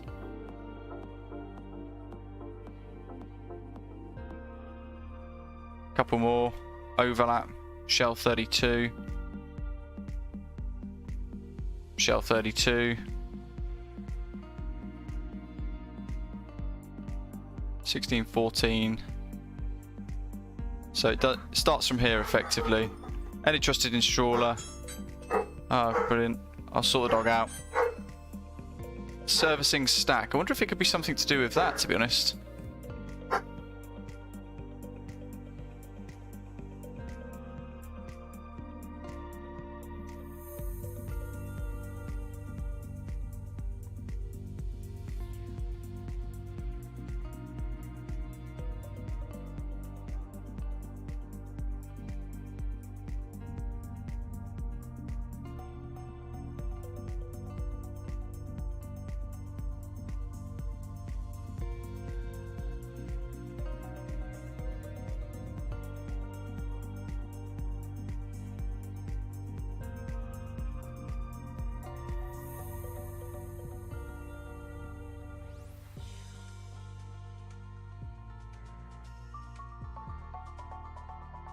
Right, let's go to Kyiv. Finally. Where are we? There it is, Borispil. We shall spawn.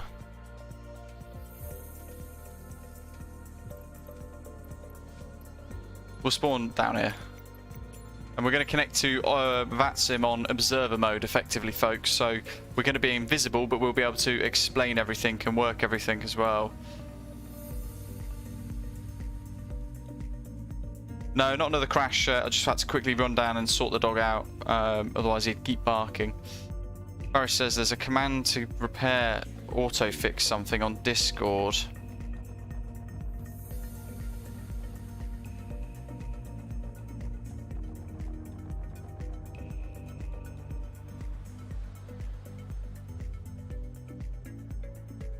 If that's the restore health thing, though, the PC gets real nasty after that.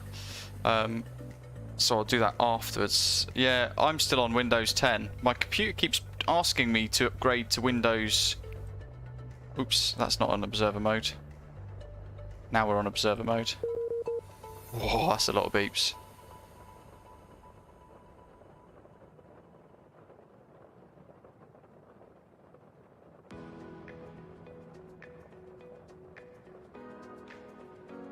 Okay, who are we speaking to? Well, not speaking, we're listening. We'll do approach 124625.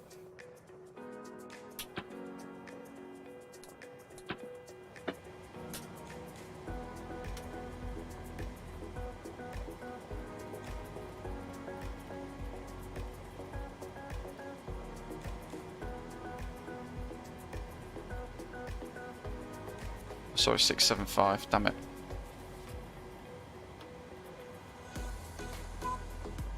I recognise this song from one of my videos. 4193.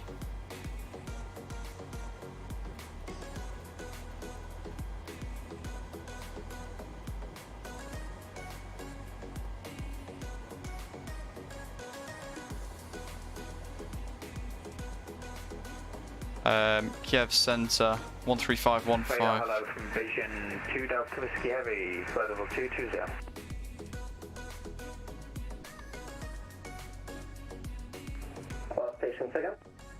There's Kiev. It was Vision 2 Delta Whiskey Heavy with you, 220. Joshua, I'm going to say no now, sadly. We've had 2 crash to desktops today. 160 Vision 2 Delta Whiskey. Aerolinks 17 Delta, continue the sub 130.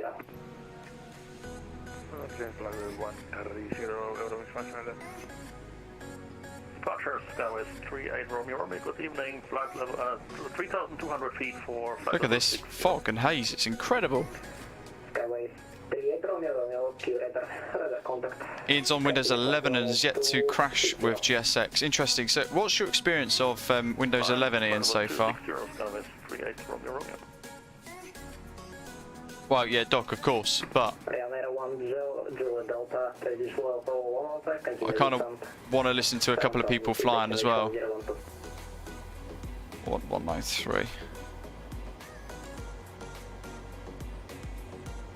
124675.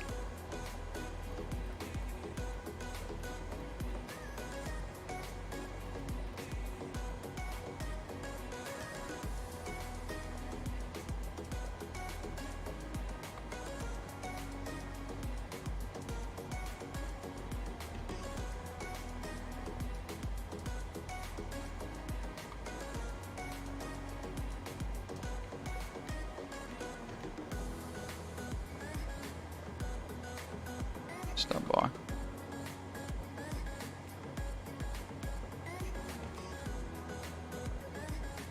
Who's the approach controller? Sorry, Kyiv radar 13515.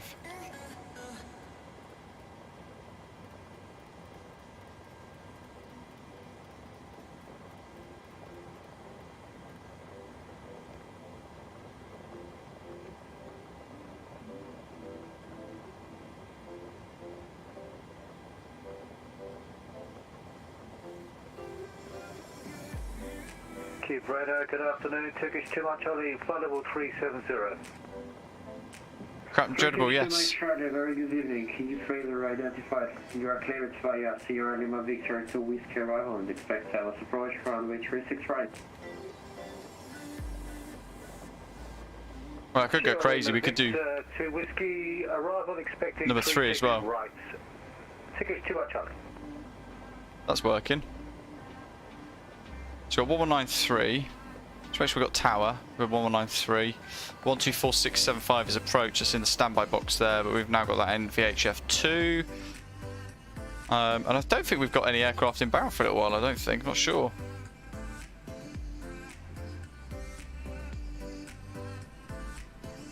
Interesting. Captain Dreadable says Windows 11 all the way for him as well. Much more stable than Windows 10 on my system.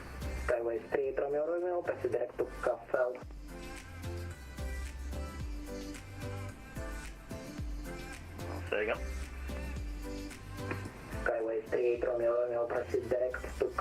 There's a whole lot of people on approach. Sorry, Cafel. Skyway 38 Romeo Romeo. Is this 36? Right. So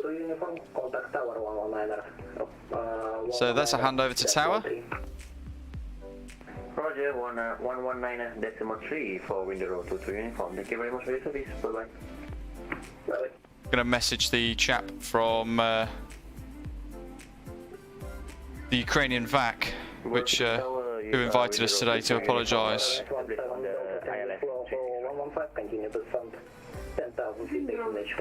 From Bristol Tower, wind 060 degree, 2 meters per second, runway 36 right, cleared to land.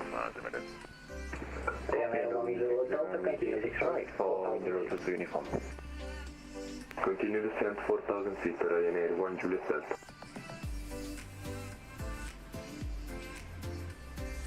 Collision to Delta Whiskey, continue descent for 130. 130, Whiskey, Delta Whiskey. Cool, so what we're listening to at the moment is both approach and tower merged across 2 comms. This is what David was saying earlier. He said he had a go around prior to our second crash to desktop thanks to GSX, potentially. And he said at about 1,000 feet you don't get great visuals. There's an aircraft now on approach. You just see his lights in the distance flashing away. Hopefully you guys can. Ryanair 1 Juliet Delta from present position, proceed direct to north, descend 3,000 feet and clear to approach runway 36 right.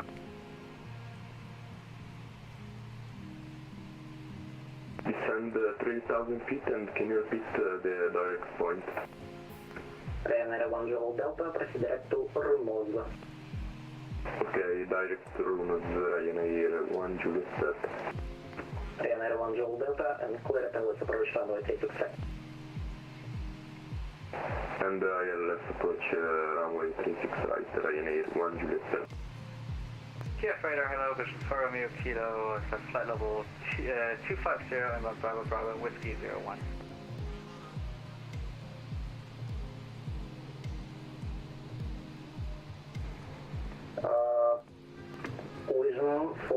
MPS Gaming has lots to crash to desktops as well. Badger's had some crash to desktops. So lots of crash to desktops today. I've had 2, and I have not GSX normally is my MSFS. I have not GSX. Normally is my MSFS. Very stable both time. It was MSFS error and NTDLL at different places at flight route. Very bizarre. I kind of wish I had like Euroscope or something out.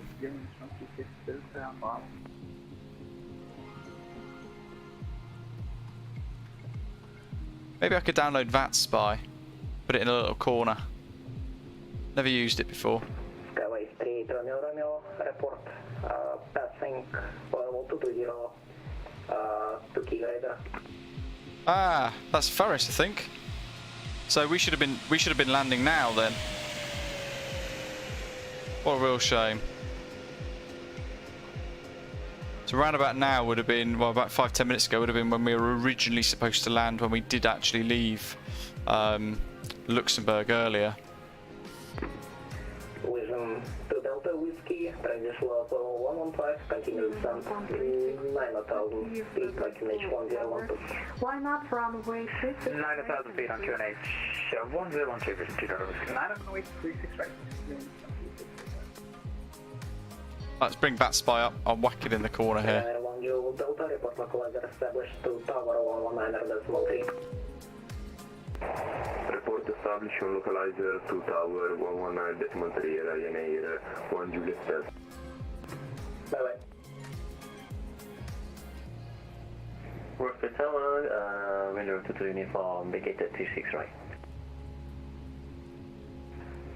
Windows to uniform, contact Bristol ground 118.05.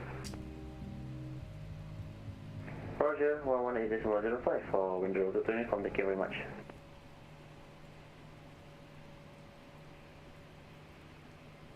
You have a wing 136 Delta, wind 060 degree, 2 meters per second, runway 36 right, clear for takeoff. Takeoff on 36 right.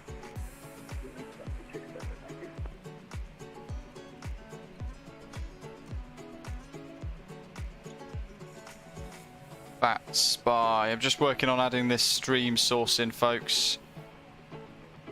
VATSIM. That's the one. That's the Badger. Oops. Tower, good evening, Ryanair 1 Juliet Delta, establishing the localizer 36 right. There you are. Ryanair 1 Juliet Delta, Bristol tower, continue approach runway 36 right. Minimum clean speed. Continue approach runway 36 right, Ryanair 1 Juliet Delta. There's the Wildrow. Brian says, used to get that DLL error all the time with P3D. Jamie says, I'm glad I'm not the only one having problems getting GSX to install. Yeah, it took me 3 days to get mine to install, and just loads of issues. Badger's still frustrated about his crash to desktop earlier. It's really interesting, we had it at exactly the same time. Delta, wind 060 degree, 2 meters per second, runway 36 right. So after our first crash to desktop, this is where we were supposed to be landing. Oh, we would have been landing about now. 5,000, apologies. Oh, Brian just got his 15-month notification, but it didn't show up on the screen chat. Oh, thank you very much for being with us for 15 months. Hopefully you can see the VATSIM in the bottom corner, folks. Sorry, what airspeed were you requesting for Vision 4 Romeo Kilo? Vision 4 Romeo Kilo, can you report your... Never used VATSIM before, don't really know how it works. Oh, there's loads of details. Transitioned over to indicated airspeeds. We're currently at 280 knots, Vision 4 Romeo Kilo. Vision 4 Romeo Kilo, can you reduce speed Fantastic. to 250 knots? Yes, reducing 250, Vision 4 Romeo Kilo. Keep right on Turkish 2 Mark Charlie. Map, there it is. 250. There's, oops. There's Gav, Osprey 722. Yeah, buddy, Osprey. Continue to say 130, Turkish 2 much up. Airlines 17 Delta, descend 3000 feet, clear to approach runway 36 right, report localizer established.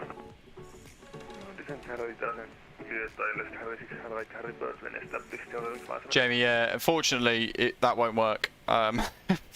It won't work. You have to uninstall the entire thing, but yeah, it just doesn't work that well, sadly.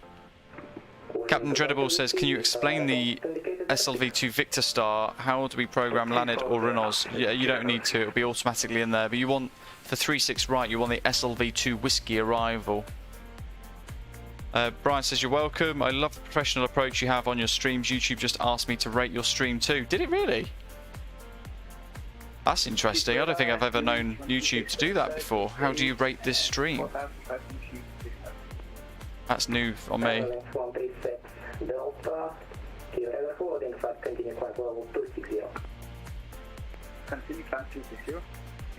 Mark, can't stand, is it Jerry? Big Jet TV. Whoa! Ah dear.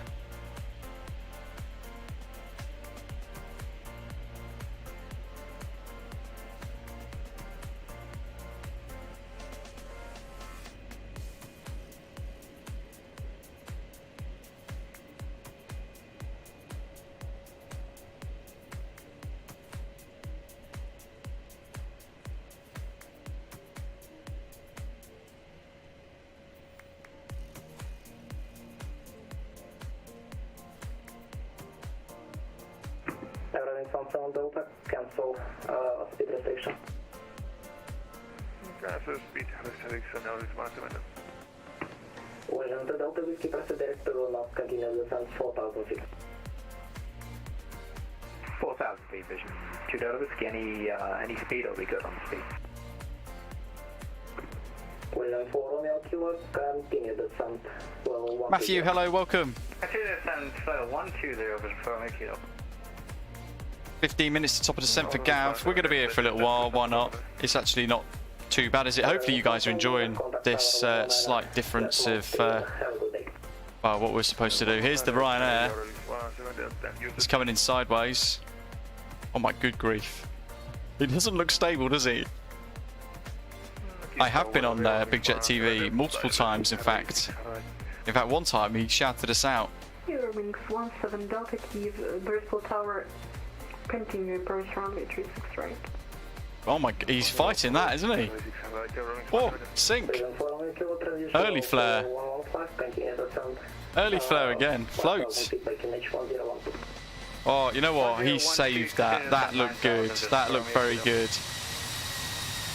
It looked like he fought that all the way down and still landed nicely on the touchdown zone there. That looked pretty good.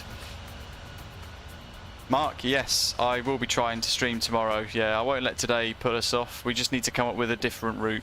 Some sort of route. Not quite sure what yet. Easy, easy, whoa! Yeah. Oh dear. Get the old camera to zoom in. What's this, 737? 118.05. 118.05, Ryanair 1 Juliet. Good save indeed. Eurowings 17 Delta, wind 060 degrees Easy. per second, runway 3. Easy, easy. Let's land 3600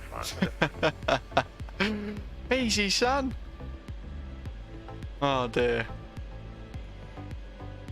Yeah, that was a very well recovered touchdown there. I think that was nicely executed in the end.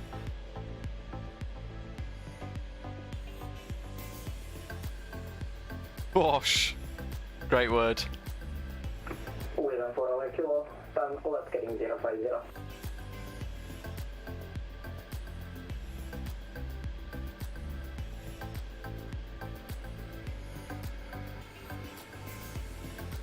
Vision 4 Romeo Kilo, Kyiv radar. Vision 4 Romeo Kilo, sorry, left 050.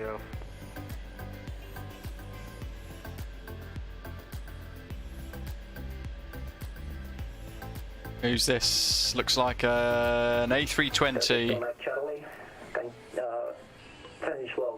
015, continue descent. 9,000 feet by QNH 1012. Down to 9,000 feet, QNH 1012, Turkish 2 Charlie.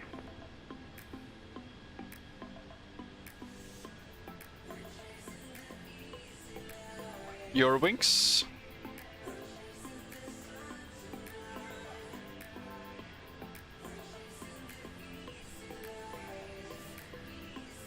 Definitely a crosswind, so a bit of a crabbing going on.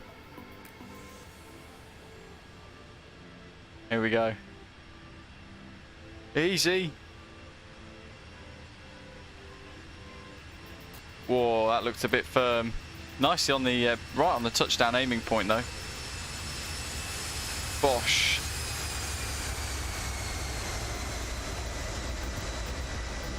There he is, the old Ryanair in the distance.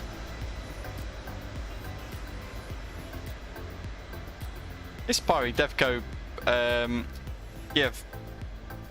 Rossbill actually looks quite good.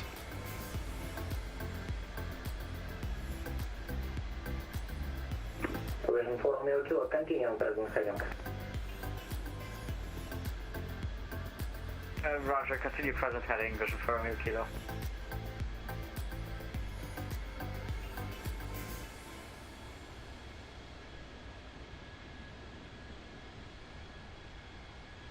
Oh, I'm not sure about 400 miles, Breadmaster. We should have landed about 20-30 minutes ago, so we kind of extended the stream now anyway. So we'll do another 10-15 minutes. Jilly, yeah. Oh, well, yeah. I need to get like a gif of Jerry, get a whole load of hooning down, rain, wind, and then he's standing in front in like 6 layers of waterproof clothing with water all in his face.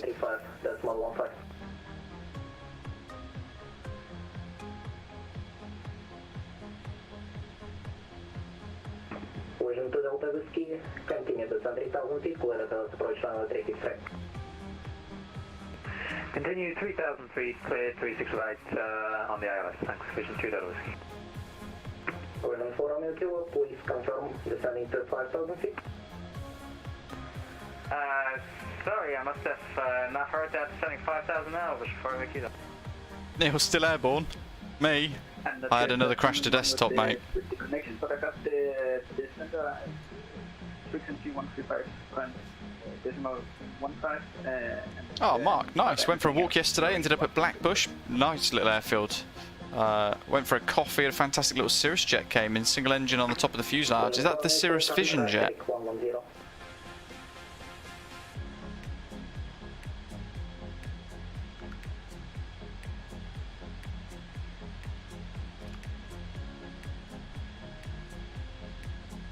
Vision 4 Romeo Kilo, turn right heading 090. Right 090, Vision 4 Romeo Kilo.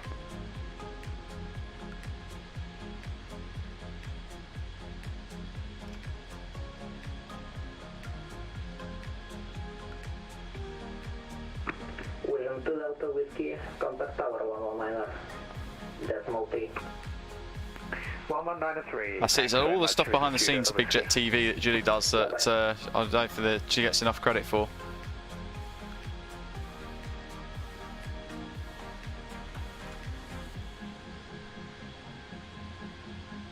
Neil, yeah. Well, I didn't. I uninstalled it the third time. I uninstalled it properly, but we've not restarted the computer, of course, just to make sure it's all gone.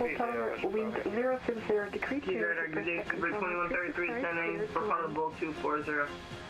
36 right, we are cleared to land. Thank you very much, Vision 2 Delta Whiskey. Radar 2133, clear radar hello, identified, continue descent level 130. Continue descent to level 130, Spirit 2133.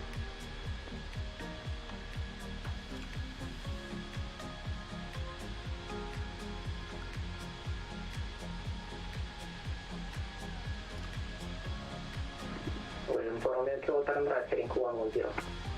Right heading 110, Vision 4 Romeo Kilo.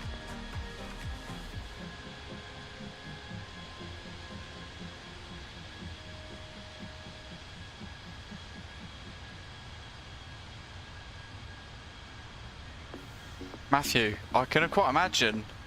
I'm surprised he doesn't do more, to be honest. Oh, here comes a cargo Lux 747, but to be honest, I think he might be landing on a different 36 right. Was this some kind of like wild visual approach? Where is it? He's kind of in line here. Continue descent 7000, Turkish 2 much Charlie. What the hell is that? An A380? Oh, it's going to be an S-Sobo blob, isn't it? I mean, this is his current trajectory. Oh dear. It's going to be interesting. I mean, that is not a stable approach. That's a go around already. It's a missed approach. Who's that supposed to be on VATSIM? BVI 2 Delta Whiskey. Boeing 747-400. I'm not sure what BVI is supposed to be. What airline? Descent 4000, please. Descent 4000 just for me, kilo.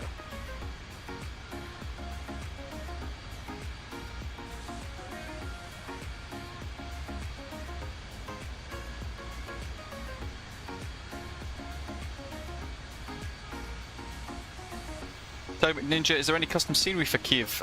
Yes, it's Pyreek Devco's Kyiv Boryspil Airport. What approach is this guy on? He must be on another bit of scenery. I feel like he's about to flatten Jerry and Jilly.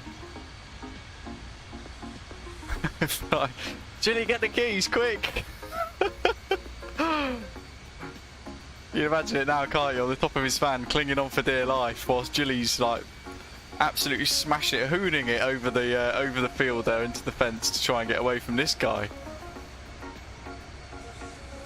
Osprey Indonesia, brilliant. Owned by Doc, a subsidiary of Osprey Airways. Pursuit Director Runa, descend 3000, cleared out left, 36 right. I no idea. Cancel speed restriction for me, kilo. Where are you going off road? Approach, good evening, Yoling from Papa Mike. What's going on? The scenery can't be that wrong. Hit Cowboy 1 inbound for a visual grass runway 36 right. What the hell? Oh, I wish I had the Euroscope client now. I mean, that's not even close. Tower Vision, 2 Delta Whiskey Heavy is on the rollout. He definitely has some random other scenery, but he's also come to a stop on the runway. Sorry, descent flight level 140, Yoling from Papa Mike. Vision 2 Delta Whiskey on stand. Have a nice day, goodbye. Easy, thanks. Yeah, decent touchdown though, but... Oh, actually, did he crash? He's crashed. He's disconnected.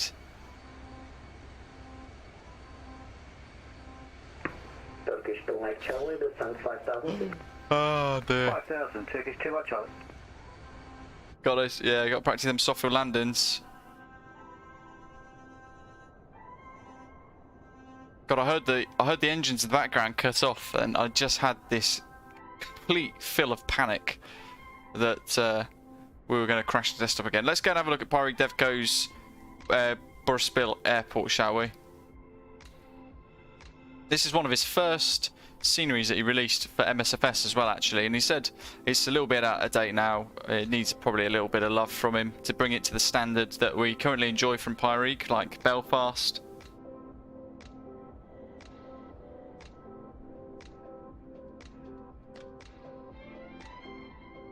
John, yeah, absolutely not. I don't want to do that ever again. I'm tempted to get Windows 11 now. I mean, what could possibly go wrong if I try it?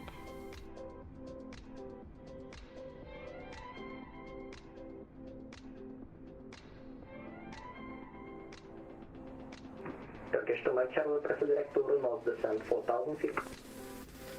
Direct to Renault and down to 4000, Turkish 2 Mike Charlie. This must be the old terminal.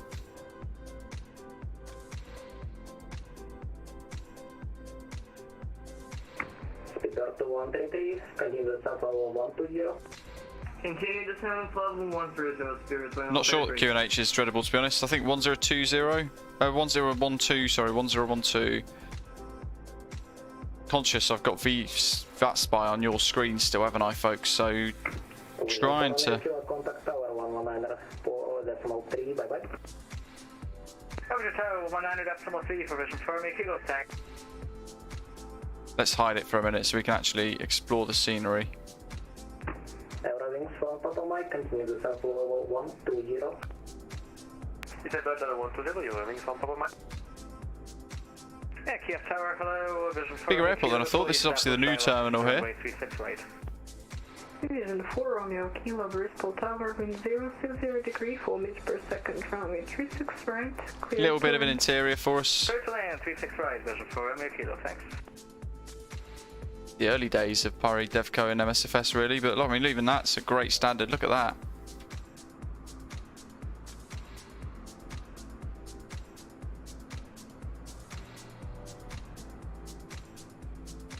Complete with some VDGS too.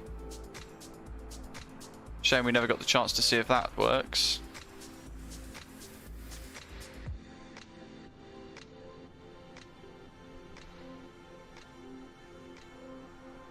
And Super 2133, follow the 1 through there.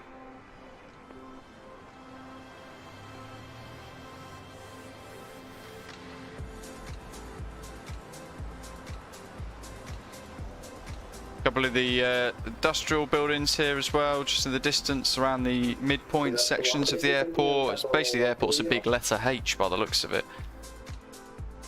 Super 2133, can you repeat that? Is up 2133, continue descent level 120. 120, Super 2133. Turkish standby Charlie, continue descent 3000 feet, clear at our approach runway 36 and report for closure established. Continue down to 3000 feet, clear runway 36 right for established, Turkish standby Charlie.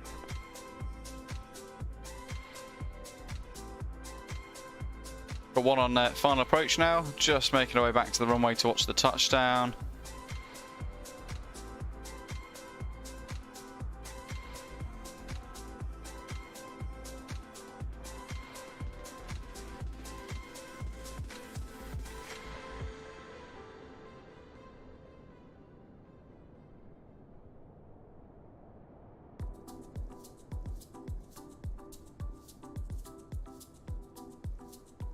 It's another A380, good grief.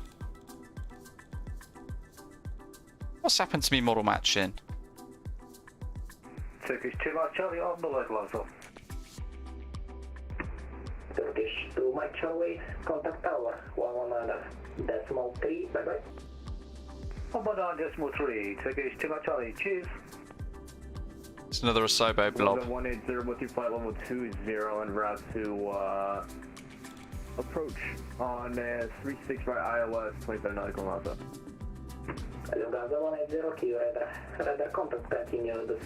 Gav is 1, 2, 3, 4, 5, 6 to this aircraft here.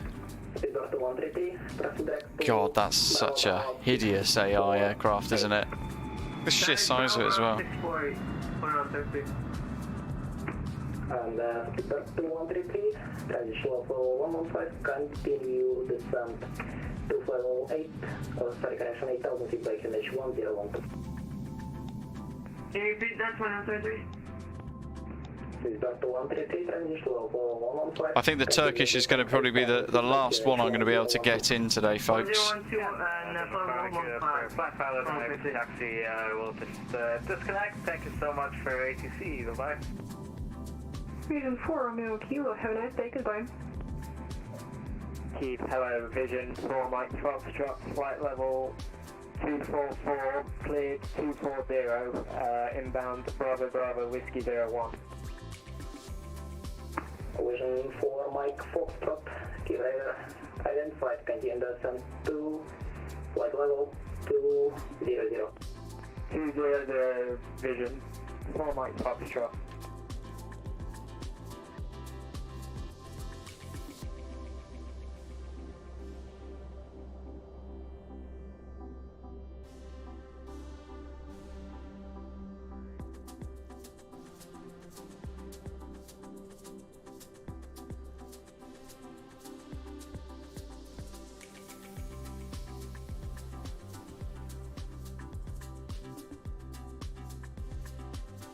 We could fly to the new Malaga, the new freeware Malaga improvements as well, perhaps. We were supposed to do that the other week. So we could do what we were intending to do a little while back, maybe Stansted to Malaga or something like that for tomorrow's live stream. Tower, ticket to Charlie, final 26 right. To 8,000 feet. 8,000 feet. 32 Mike, Charlie, you are on final of runway 36 left.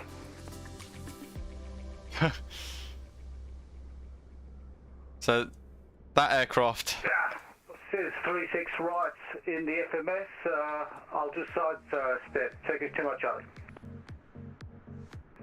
Turkish 2 Mike Charlie, continue approach on 36 left.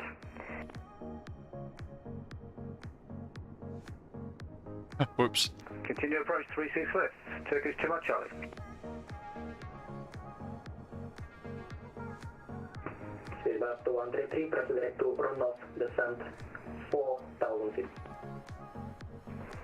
Turkish 2 Mike Charlie, wind 060 degree, 2 meter per second, runway 36 left, Direct clear to Bruno land. down to 4,000.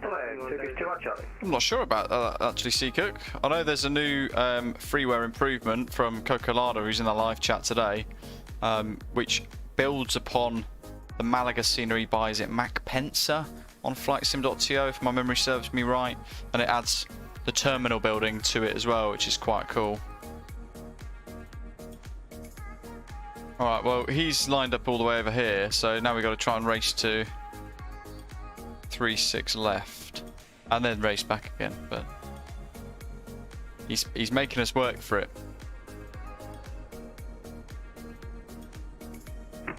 Heading from Papa Mike, maintain 5,000 feet. Maintain 5,000 feet, Julian from Papa Mike. And then Monday, we've got to go to Ibiza to check out the new Builds Ibiza scenery, which will be releasing very soon. We got early access to it, so we've got to go and preview that, check it out, perhaps even compare it against maybe the Simwings Ibiza that we know has been out for a little while now. We'll be able to discuss the differences between the two and work out what's pretty good. Tomorrow, we're going to be working out. We'll have it. Whoa, that's playful. Easy, easy. He's gonna. Well, basically, we've got to be working out. Fascinated by this approach. We're going to be having a look at this new VATSIM toolbar thing that's being created. I don't want to ruin it, but effectively, those of you with VR and everything, as we mentioned before, it's going to bring a whole new level of immersion into bringing in your V-Pilot nice and easy into your sim, basically. Turkey, as Trump used to say. Bada bing, bada boom. 3,000 clear out, that's first 36 right, 2133.